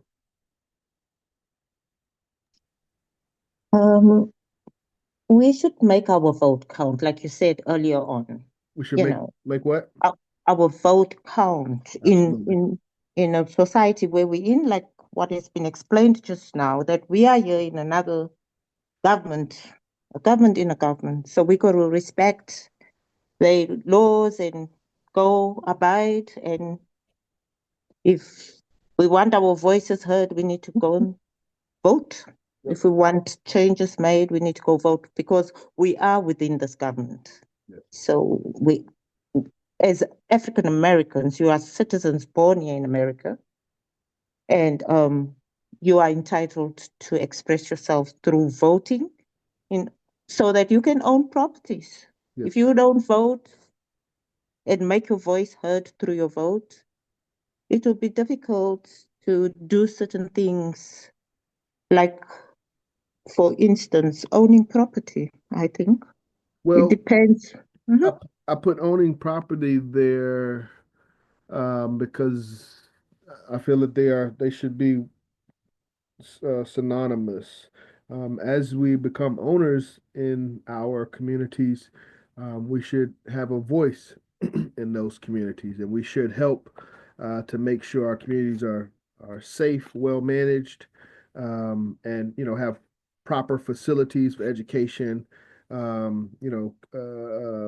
What is the not community service, but community centers, whatever it may be, parks, recreation. But we want to make sure that as contributors to the society financially, that we also contribute our voices and our ideas and our opinions. So, if you may allow me to add on exactly what you've just said now. Yes. What I practically experienced whilst I was in Virginia. I'm back in New York, but when I was in Virginia, I had my 2 dog pets with me there, and I used to take them to the off-leash park, and my dogs ran out through underneath the fence. And this is like a very affluent suburb called Loudon. And looking at how nice that park is laid out and everything set up. So I picked up the phone, I saw the board on the front gate of the park, and I thought to myself, no, this is not right. My dogs ran out from underneath the fence, and there was a man walking his dog, and he didn't look quite happy with dogs coming towards him. And obviously anybody wouldn't like that. So I picked up the phone, I called the parks manager, and I tell you, in 2 weeks' time, they came and renovated that park. Because I felt I pay taxes. I'm working in this state. I'm entitled to. If I'm going to a park with my dogs, if I leave them in the off-leash park, they need to stay in the park and not go out. And what if they go out and bite somebody? Though they poodles, they wouldn't bite. But I acted because I felt I do contribute to the society through taxes. Yes. They deduct a lot from my salary. So I'm entitled to say something when I see something is Absolutely. not right. Thank you. Absolutely. Yes, absolutely. Very, very great example. And that is what we must continue to practice, but also from an organizational standpoint. So when we come together collectively, what do we as a community, what do we want, from our government and government officials? So, great Can point. I Yes, go ahead. can I add to that? Yes. Greetings again, everyone. So that was a great example that Dr. Kuda had, but keep in mind that if that park was in a raggedy area, it probably wouldn't have gotten looked at. So that has something to do with it. And yes, home ownership is important. You own properties, you're participating in the as a citizen, whatever. But the key to our having a say so on anything at all in this country, even more so than vote. Of course, it all goes hand in hand. So voting is not a bad idea. But the influences usually come from the the people who have the money, or what you call it, a special interest group kind of thing. So if we were a special interest group in terms of economy, you know, somebody will listen when we say something. Somebody will listen when the Jewish people say something, because the Jewish people, they have their money. Everybody is like, everybody knows. So, so I'm just saying all of this stuff is important, owning property, participating in the voting. But at the end of the day, for us, that's where we're, since we have to rebuild the Black Wall Streets and then some, because money is what money talks, and it also talks when it comes to politics. Great, Thank you. great point, Lady President. I think what you're speaking to, the way I know it, or the term that comes to my mind is lobbying. And I'm not sure, I have to look at the history, but I'm not sure if lobbying was a practice in Mr. Garvey's time. So that may not be something that he can kind of help us with. But I do understand your point, and I do agree. For me, that's what that's the solution that I hear that comes to my mind. UNIA lobbying. Can we come together as a UNIA, bring our funds together, bring our political power and resources together, and have an impact on an election for the benefit of our people. That's what I Yes, I hear. think as a lobby, UNIA could have some say, but to say we have our own government to these discriminatory people in the United States, that'll be a whole other thing that they use as something against us. But I understand the concept, and I think that we should still get our IDs and stuff like that. But I think we have to look at that more as a lobby, and a strong known lobby, Hmm. more so than saying, I'm my own government within this government.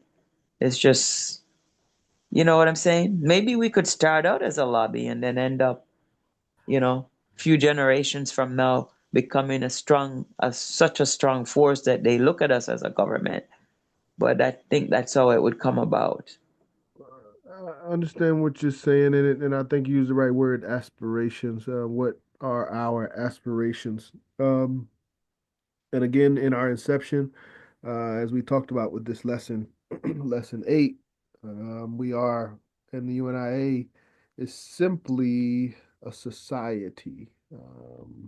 But what that society can evolve into, government, lobby, organization, business, um, that's up to us as the current leadership. And I think one of the highest aspirations that we found is in nationhood, and that's why that keeps coming up.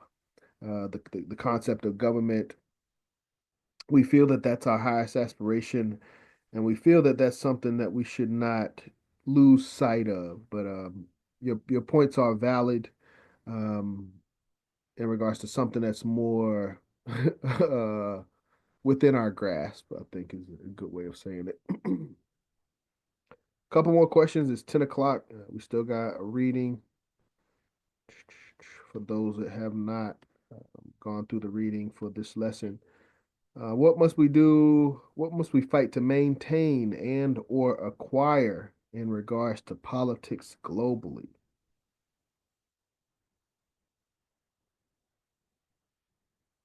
Politics globally, what must we fight to maintain if we have it? And if we don't have it, we need to fight to acquire it. So Dr. Kuda's got it. Anyone else got it?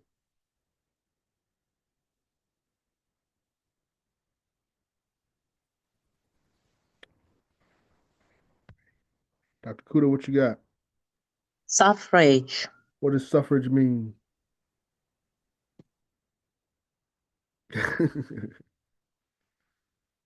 Anybody know what suffrage means?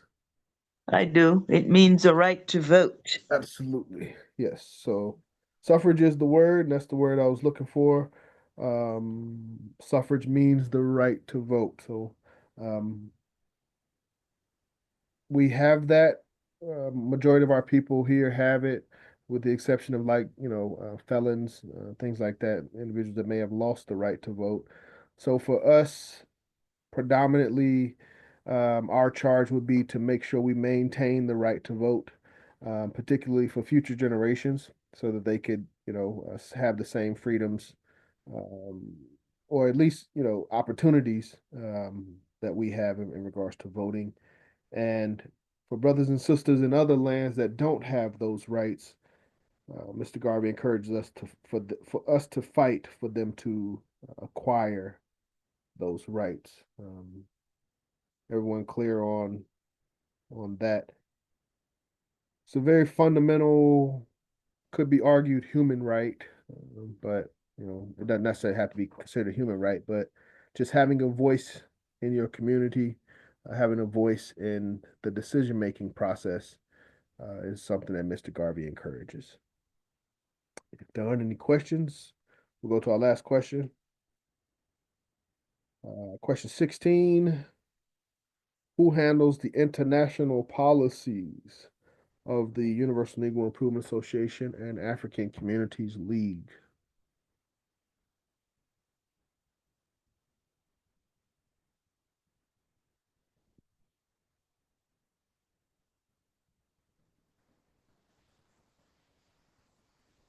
What was that question?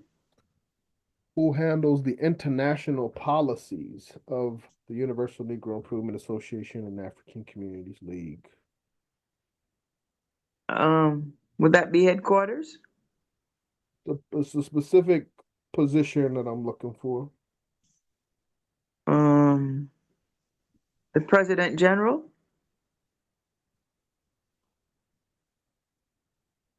You're correct by default, but it's not the right position that I'm looking for. Okay. I read somewhere that it used to be the President General who handled the policy that the position that Brother Mises just texted in the chat, international organizer. Yes. I read somewhere that it used to be the President General who used to play that role.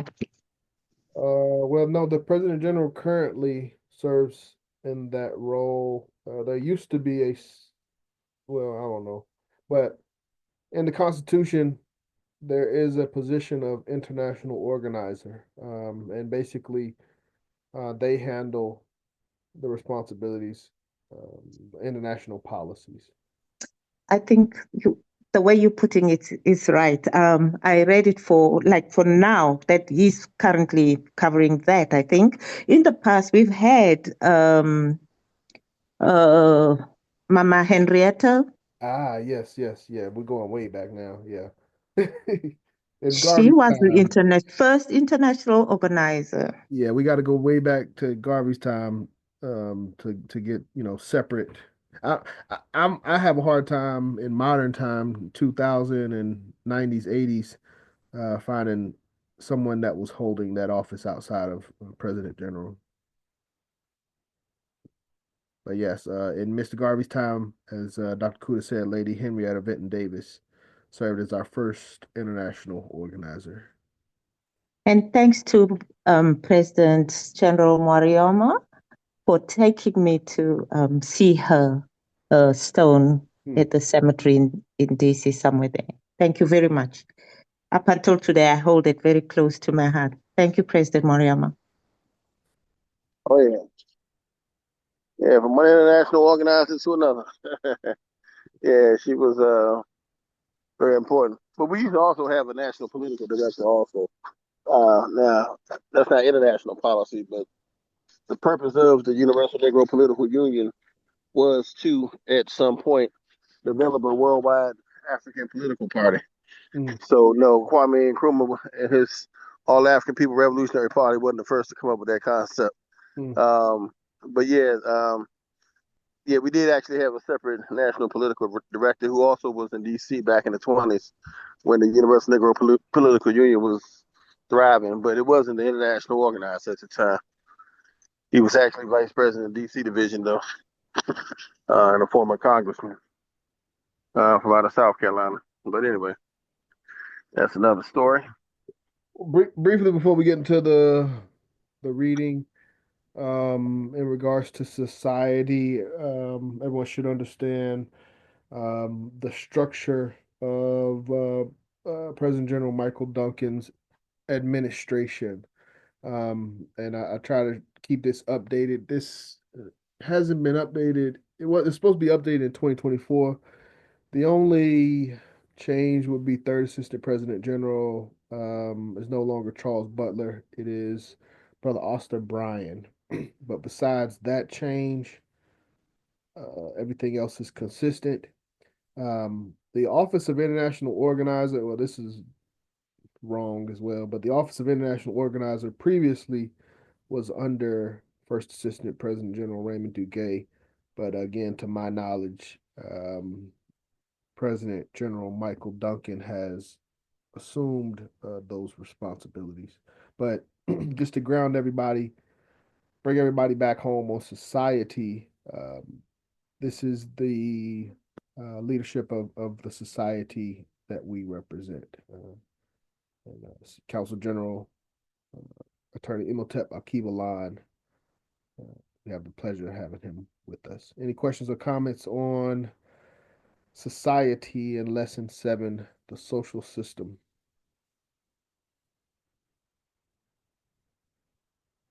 If not, we will read lesson 9. We'll try to get through this as quickly as we can. Get everybody out of here. You can enjoy New Year's with your families.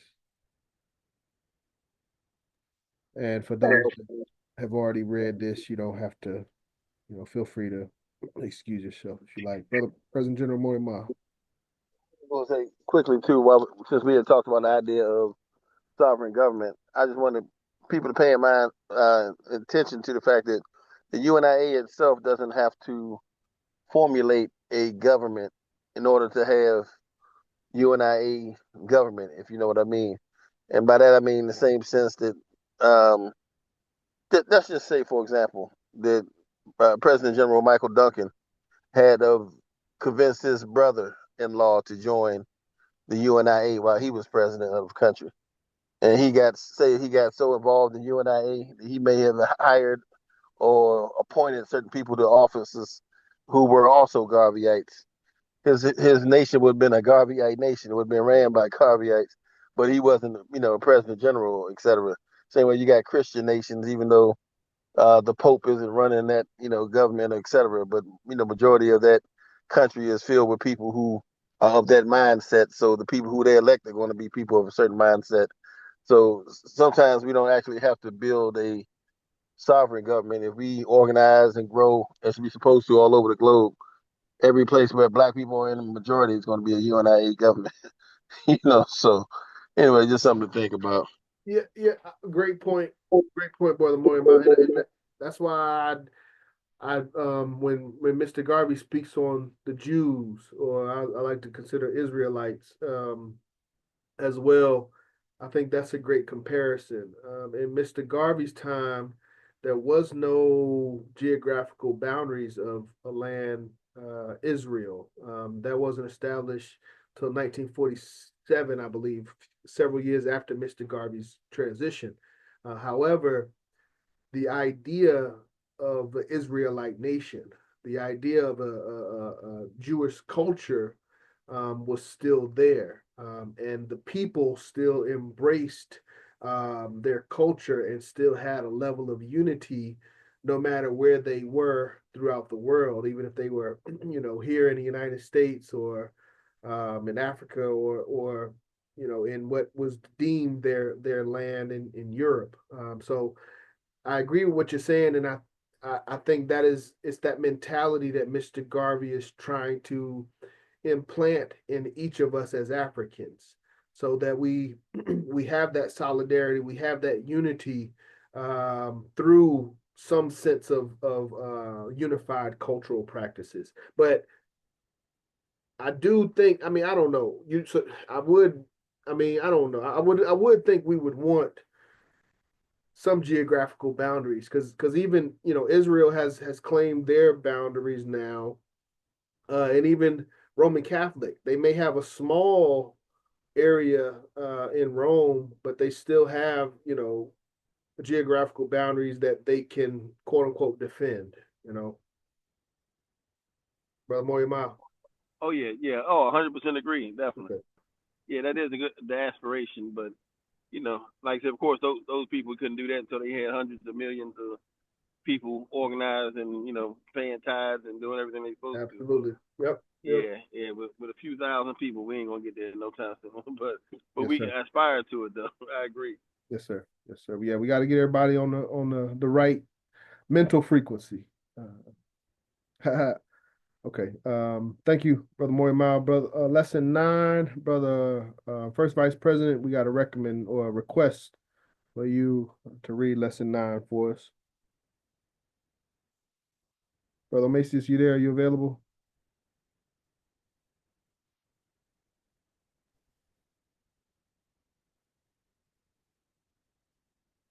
First Vice President, Brother Macias.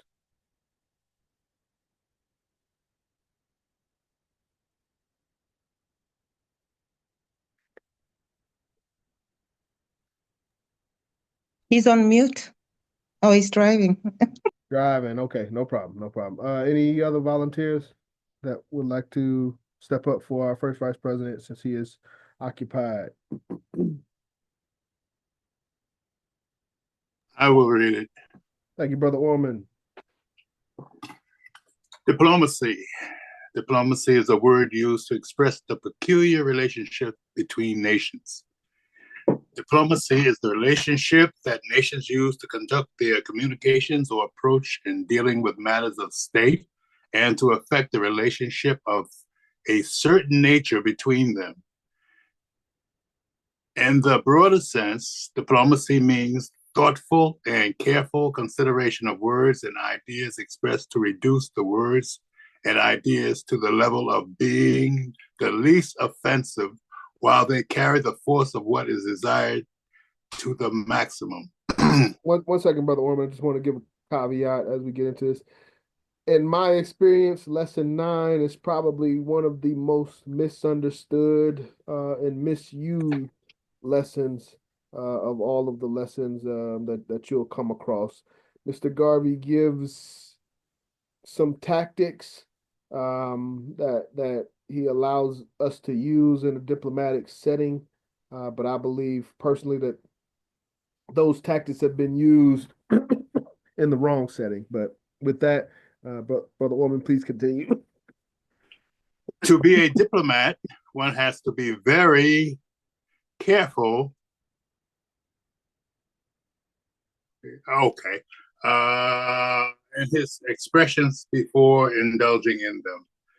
He must think seriously and calculatingly, so that his words, where am I?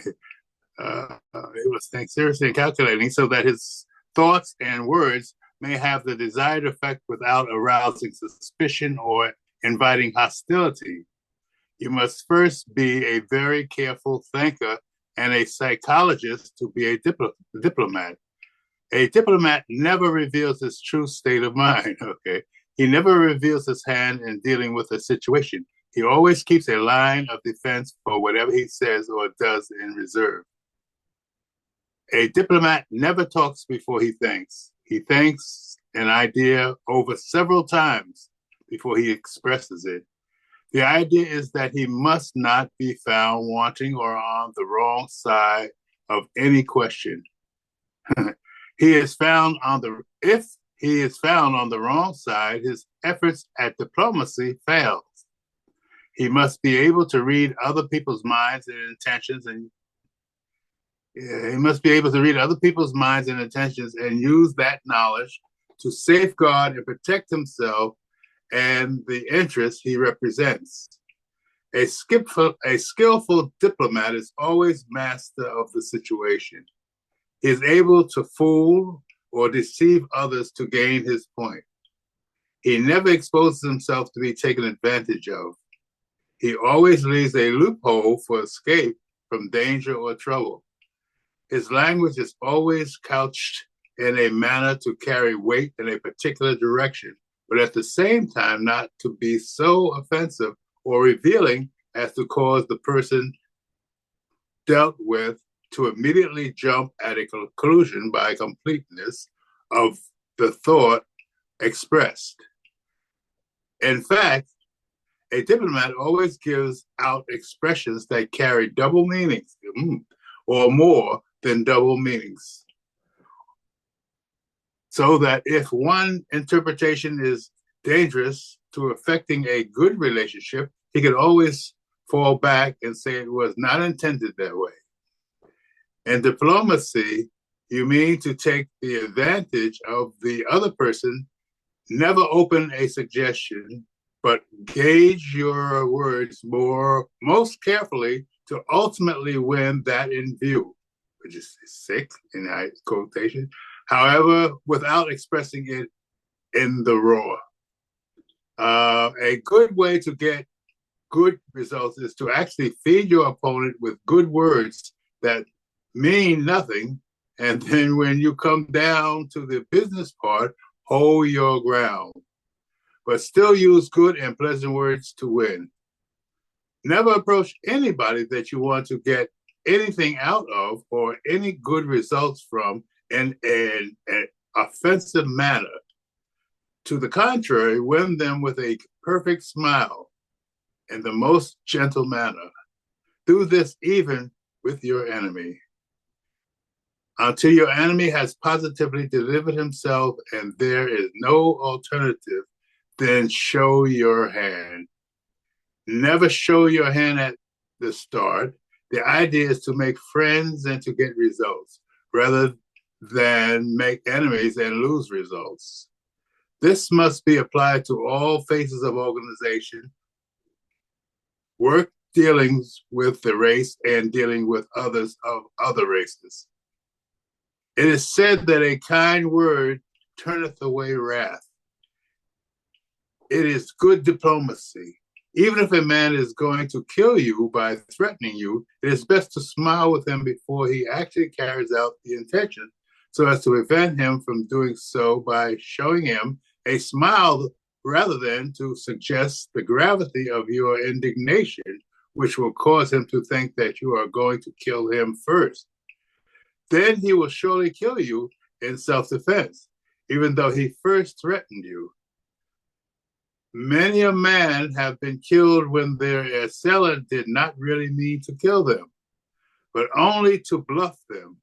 But in taking the matter too seriously and showing that he was going to do some killing too, he gets killed by the man protecting himself after his threat to keep from being killed. Never lose your head in dealing with a problem, because in doing so, you are bound to blunder and ultimately lose. Even if you are in an accident where you come face to face with death, don't lose your head, because you may need your calm and collective judgment to save your life. The moment you lose your head, you are taking a chance. The odds are against you. Morally, a diplomat must be a scap, in that he must be a mental twister. He cannot deal with affairs with a clean conscience, because he is to anticipate the evil of another man's designs, because the world and mankind are immoral and dishonest in their behavior.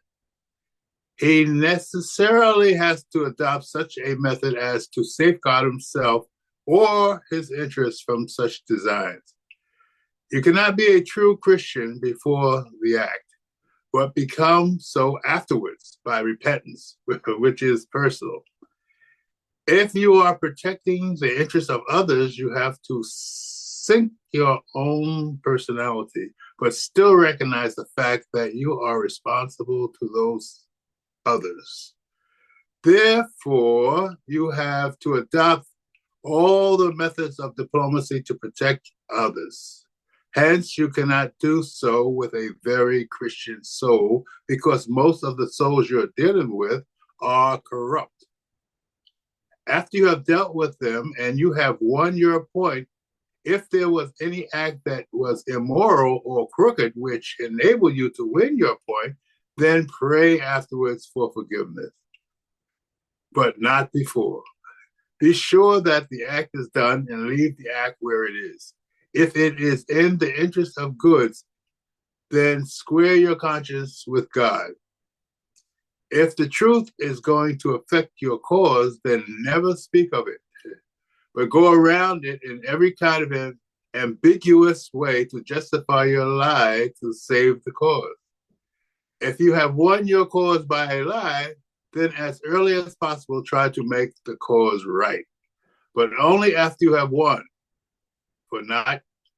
For no cause can continue successfully without righteousness of the thing from all your imaginative experience. Never give up in seeking support. If one logic fails, use another until you have talked out your opponent by semblance of justification. You may say, I don't mean so and so. It was not that way I intended it. I have a different idea entirely. You are misunderstanding me. You have a misconception of what I mean. You probably didn't hear me when I said so and so. I may admit that I was not clear enough, but I didn't mean what you said. Then be able to build up a new argument on that and let the thing that you were arguing about take a back seat so that they will forget what you were arguing about and take you up on the other things you have said and make that the debate. Thereby, you leave the situation where it was for another time. Always try to lead the other fellow away from the true idea. If you are on the wrong side, build up a new argument and hold him on that until you have won him out. Let him say that it is not the argument, then still persist in something else. Always profess friendship for your enemy so as to disarm him. Don't refer to him as Mr. Brown. Say, my good friend, Mr. Brown. I cannot understand why my good friend is so opposed to me. I have always thought of him as a kindly disposed man with a very good fellow. But always watch him. Don't take any chances. Offer your enemy gifts that you can afford to lose, so as to win him like the Greeks bringing gifts. Your words must be informed and positive when you want to commit other people. For instance, do you intend to pay my money? Have you made up your mind to answer my letter? Always let it be a question that can be answered with yes or no. Don't suggest to anybody in long sentences. When you ought to commit yourself, do so in veiled language and never finally commit yourself until you are ready to close the matter. Always try to escape giving yes or no to any question that is important. If you have to say yes or no, do so in a long explanations so that you may escape out of the explanation from the positive answer. If trouble is involved, it becomes your defense. Always try to leave in your remark or words room for controversy or denial of meaning as decided by the other party. Okay. When you want to protect yourself and trap the other fellow, let him write you short sentences by leading him up to such a manner or reply. When you have to answer, make your sentences long and capable of taking many interpretations. If you want to close the matter directly to your interest, then clinch it by accepting his argument in short sentences that cannot be misunderstood in law or arbitration.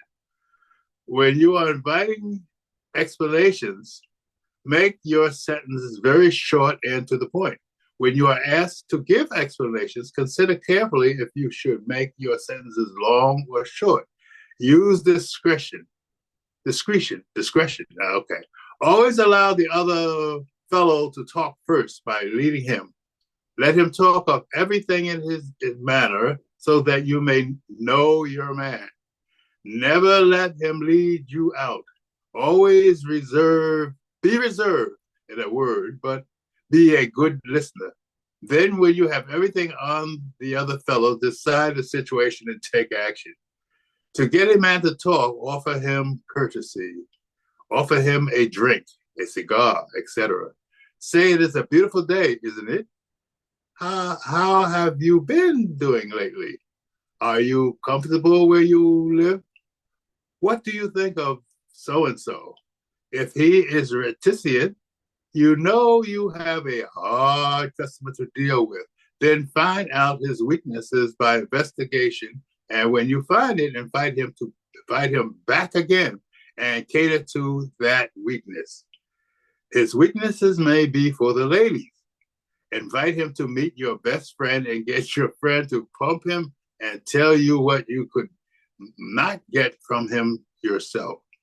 If you are dealing with the opposite sex, do the same thing. If he is addicted to drinking, give him a few extra drinks and let him talk. But you must not drink as much as he. Otherwise, you will be in the same position. Use your skill in letting him believe that you are drinking too, but don't drink. If you cannot get him by himself, get his friend to tell you all he knows about him. If the knowledge possessed by the person is important to you, never stop following him. Even if you have to go 6,000 miles directly or indirectly to get your information. You may get it through an agent, a neighbor, or a person he does business with. Follow every clue of an association until you get your information about the subject. Never accept invitations from your enemies. Always find some excuse with kind thanks. If you have once injured a man, never trust him completely because he is always waiting for his chance to get even with you. Never talk your personal business or your business of your cause to a stranger. Tell him nothing until you know him sufficiently. Don't accept complete friendship on first approach. Carefully find out if he or she is worthy of being a good and true friend.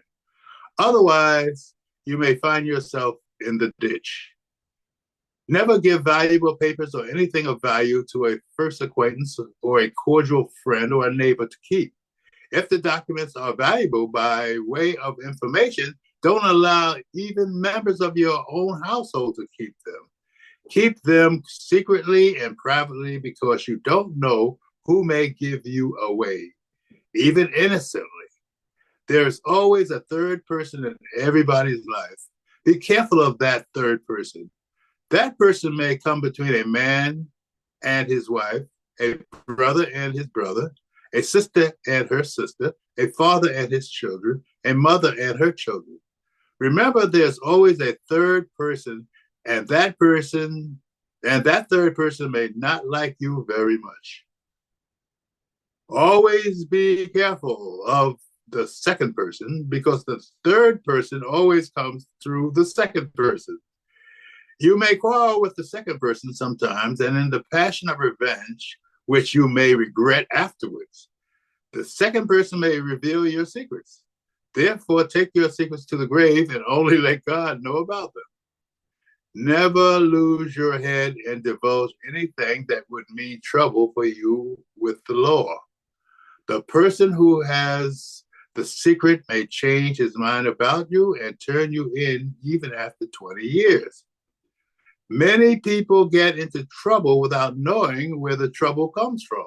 Sometimes it comes right from your own home, by talking too much in your own home and by the circles in your home not appreciating your position.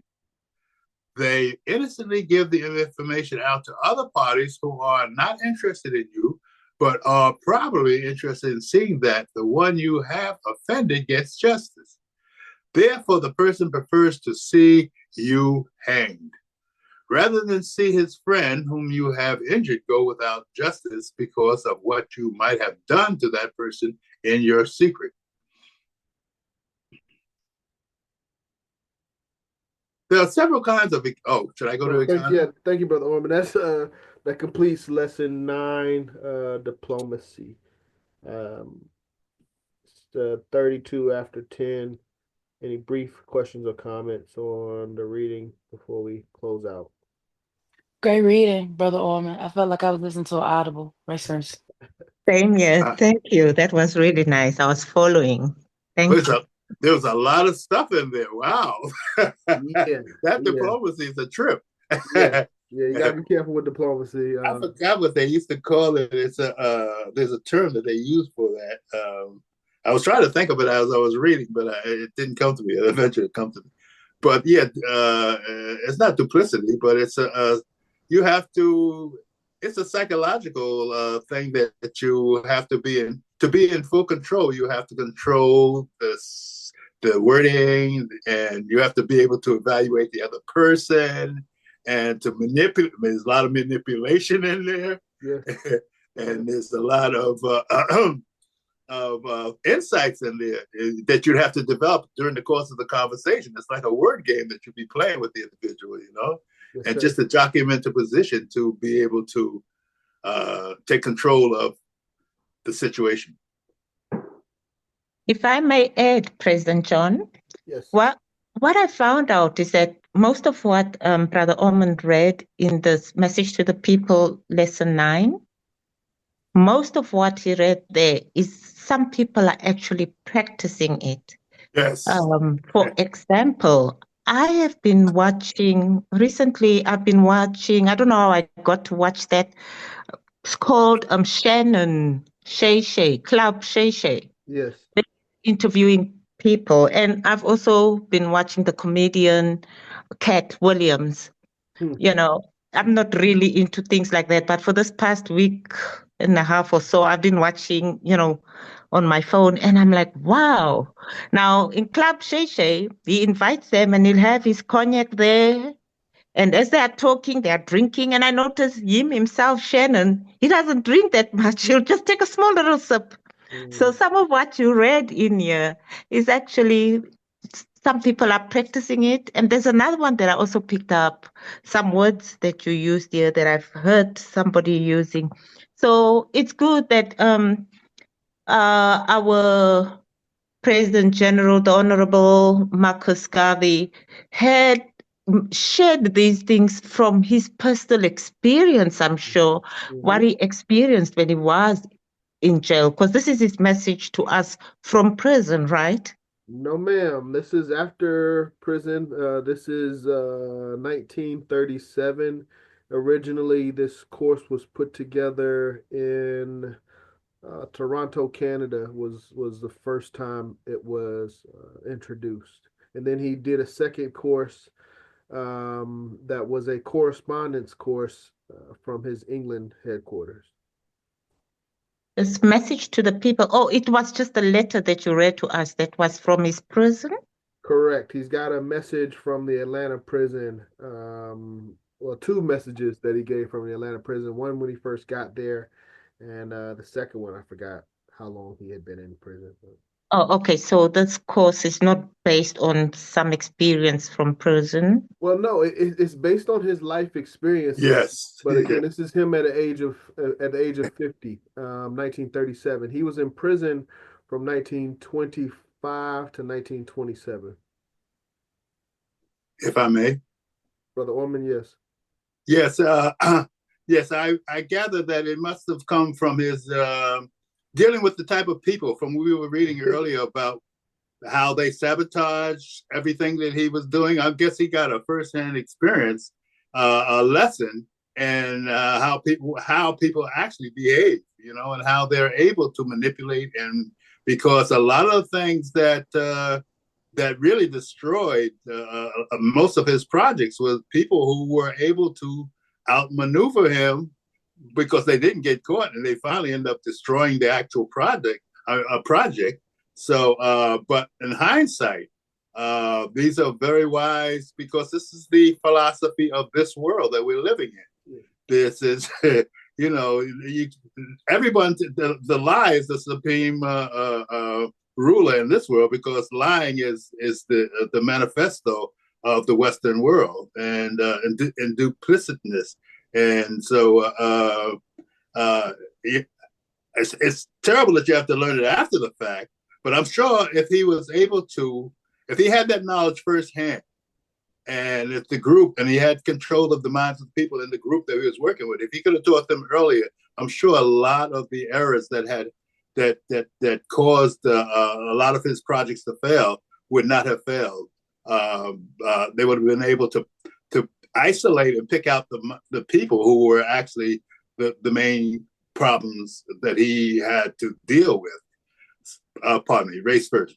There's three comments that come from either the foreword or preface directly related to what Brother Orman just said. The first one is that this text came from the benefit of an unfortunate hindsight. Oh, okay. I figured that. Also, this was the compilation of a lifetime of organizational experience from Mr. Garvey's life. And the third was that Mr. Garvey said, if in regards to doing it all over again, he said that he would have a more cautious, less, I forgot the other word that he used, but he would be more cautious, basically. And it's in the realm of naive, but it's not naive. But that's what these lessons are about. The things that Mr. Garvey struggled with, and if he could have done things differently, what the lessons that he would give the next generation. Just to close this out briefly, and then out, any other closing comments. I think this paragraph speaks to this lesson pretty well. But Dr. Kuda, this is not only about those that are out there, the diplomats that are out there, but again, as representatives, these are some characteristics that we will have to utilize ourselves as diplomats of the UNIA. And the part I'm talking about, it comes at the end of this paragraph, but I'll read the whole thing. A diplomat never talks before he thinks. He thinks an idea over several times before he expresses it. The idea is that he must not be found wanting or on the wrong side of any question. If he is found on the wrong side, his efforts at diplomacy fail. And this is where this is the big takeaway. He must be able to read other people's minds and intentions and use that knowledge to safeguard and protect himself and the interest he represents. So in our capacity as leaders and representatives, we must have some aspects of diplomacy so that we can not only protect ourselves, but also those interests that we represent. Any other closing questions or comments? 1040. Yeah, I just wanted to. There's always a lot to say on this particular point. Oh, yeah. This one, propaganda, and a few other ones. I could talk for hours, but yeah, I did want to point out that I know some of the things that Well, I'll just say this: there's a difference when you are for a righteous cause. There's a difference between being slick and being clever. Mm. There are times when you have to do certain things to get certain decisions made by certain people in positions of influence, and you got to use whatever tools are in your employ. And I like the part he was talking about taking things to your grave and shutting your mouth, because a lot of what the UNIA had to deal with was because people running their mouth about directly to FBI agents that they didn't know were agents, telling them everything that was going on and trying to virtually help the enemy and never knew it until years later. But shutting your mouth part is funny. But also always when I think about this piece, I always think about I don't know if y'all ever seen Shrek with Pinocchio when he was being interrogated. And they wanted to find out where he can't lie because his nose will grow. So everybody was asking Pinocchio, where are the fugitives? And his answer was, well, I can't positively tell you where they may not be, but I could say that with some degree of certainty that they possibly could be where you might not think that, what, are they here or are they there? Well, definitely, maybe. He was like, I'll forget it, but he was able to diplomatically get out of committing to any given answer. But yeah, diplomacy. One thing I always think about too is old Winston Churchill, who said diplomacy is in so many words, the art of telling your opponent to go to hell in such a way that he asks for direction, and to be able to express something to someone so eloquently and intelligently and logically, and yet kind of didn't say anything at the same time. It's a serious art form that many of us lack, because we want to keep it real and we want to get to the point, and we definitely don't know how to kind of humor people with niceties and kindness and things like that. I remember when I was into the preaching back years ago, it was a lady in the church who was super, super kind to everybody. Always had a good word for everybody. And people used to joke with her so much about it. They said, that sister, I bet you she'd had something nice to say about the devil. And they didn't know she was right behind them listening. And she thought about it for a second, and she said, well, he is a hard worker. So, I mean, there's always something nice to say about everyone.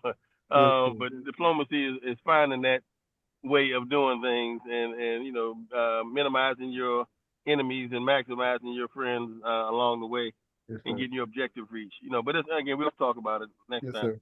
Yep. Yeah, there's a lot, like I said, like President General Morimar said, we could go into diplomacy, propaganda, leadership, for hours.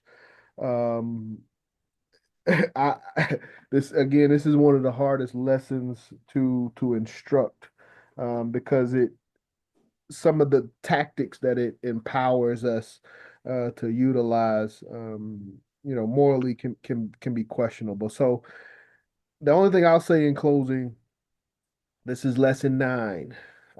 Before we get excited about jumping into lesson 9 and utilizing the tactics of lesson 9, let's make sure we got a great grasp of lessons 1 through 8, specifically 1 through 7, intelligence, understanding, universal knowledge, how to get it.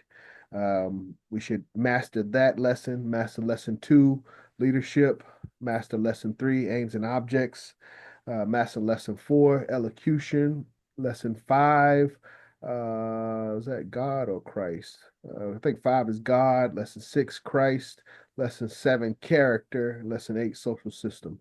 But let's not overlook the first 8 lessons, jump to lesson 9 and say, hey, I learned this in the course of African philosophy. Let's be comprehensive students, and let's have a full grasp of all of the lessons, and not just 1 or 2. So I don't have If I anything. may add to that, that's real quick, Sister Right, Hey, Ebony. To add to what President Hargrove is saying, it helps learning 1 through 8 helps you better like he was saying, expression. yes. One of the main things that he said in this chapter was about expression. He talks about it comes with body language. It comes about showing autonomy and being autonomous in what you are representing. So when you are in depth inside of lessons 1 through 8, and it gives you a sound structure of how to be diplomatic in those situations and in those times. So it gives you a confidence of what Garvey expects, and it settles into you when you're in those um, high maximum situations where you might have to not speak, have to not speak or not say something, might have to hold your tongue and let the other people express themselves, because you might hear something that, that is valuable in the end, more of a so than just, talking and just trying and efforts to um over express the situation. Sometimes it's just better to sit and listen, and sometimes silence is the best diplomacy. So I just wanted to mention that. Rest first. Thank you, President Harker. Thank you, Mr. Excuse me. May I? Brother Orman, please. Yes. How can I access these readings here? I haven't been able to get it online. I don't think I got a copy of the lesson. I might have missed the meeting or something like that. So I've been reading as we go along here, but can I access that in advance? Yes, Brother Orman, you should have also you should have a copy of the Google version. I will send you the PDF version this evening. Oh, good. Thank you. I appreciate that. Not a problem. Any other closing comments? Oh, just one other thing, if I might say, that diplomacy, I believe, has gone out of the world, because right now we're just into the bare barbarian. Diplomacy is a sort of sophistication that has developed, that the European man developed, but right now he's just down the out and out lying, because propaganda, I guess that would come under the heading of propaganda also. Whereas, because people tend to forget from day to day the lie of yesterday. So it's not even, I don't think there are any diplomats on this side. There are a few diplomats in the world, but they don't seem to come from the Western stream of thought.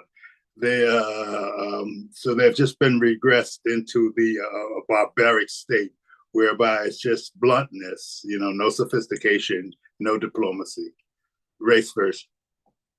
I understand, Brother Orman. I agree with you to an extent. First thing one thing you said I disagree with. When we give Europeans credit for creating diplomacy, I would disagree there. Anytime we've had nations or tribes and we've had to interact with each other in efforts to prevent open warfare, I would argue is the inceptions of diplomacy. Second thing I would say, I do agree with what you're saying in regards to the brutishness, but I would also consider we're in a different time, and I believe that what we've known diplomacy to look like has changed. But I do believe that it's still there. It may not be as subtle or discreet as it used to be, but as Mr. Garvey said in the lessons, the only alternative to um, abiding by laws and you know the gray area of laws such as diplomacy, the only alternative is open warfare, and the fact that you know we're not in a global open warfare would suggest that there's diplomacy that's still, taking place between nations. Well, it's heating up mighty fast. I understand. I understand. It's heating up. Let me tell you, it's heating up mighty fast, and it's coming here. It's coming home to roost too. Yeah. So, yeah, but I still think we still have, you know, negotiations between nations in regards to technology, resources, whether it's oil or food or, manufactured products. There's still, enough diplomacy, even if it may be a little bit, to prevent that full open warfare between nations. Because like even, and I understand what you're saying, like we talking about like the language and stuff, but Trump's tariff situation, that's diplomacy, in a sense. It's but It's a threat, but it has no backing. And it's proven to go in reverse. So if he was really being diplomatic, there's a lot of things they wouldn't do there, because when the die is cast, there's not much you can do except try to make peace on your way out. Otherwise, that's where I'm going. The only alternative to diplomacy or abiding by the laws is warfare. yes, and that is what's happening in many quarters of the world. It's just that we're oblivious to it because we're kept in a stupor, so that we're not looking to see what's right in front of our face because we're distracted by insanity, I understand. I got you there. I got you. I understand. Yes, I got you. There's a lot going on. Any other closing comments? It's 10:50. New Year's Eve. Okay. Brother Orman, would you please do us the honor, closing us out with our motto and our slogan? Okay, let us reflect on the work that must be done and realize that we have one God, One God, one aim, one aim, one destiny. And one destiny. And it's Africa for the Africans at home and abroad. Africa for the Africans, those at home and home, and abroad. those at abroad. And always remember, up you mighty people, you can accomplish what you will. Yes, sir. Always remember, up you mighty people, you can accomplish what you will. And race first, never forget. Race first. Race first. Thank you, Brother Orman. Thank you, brothers and sisters. Enjoy your New Year's. We will get back together next Tuesday. Thank you. Abaragani. Abaragani. Imani. Imani. Thank you, Brother Orman. Race first, family. All right. Race first. Race first. Love. Bye. Peace and love.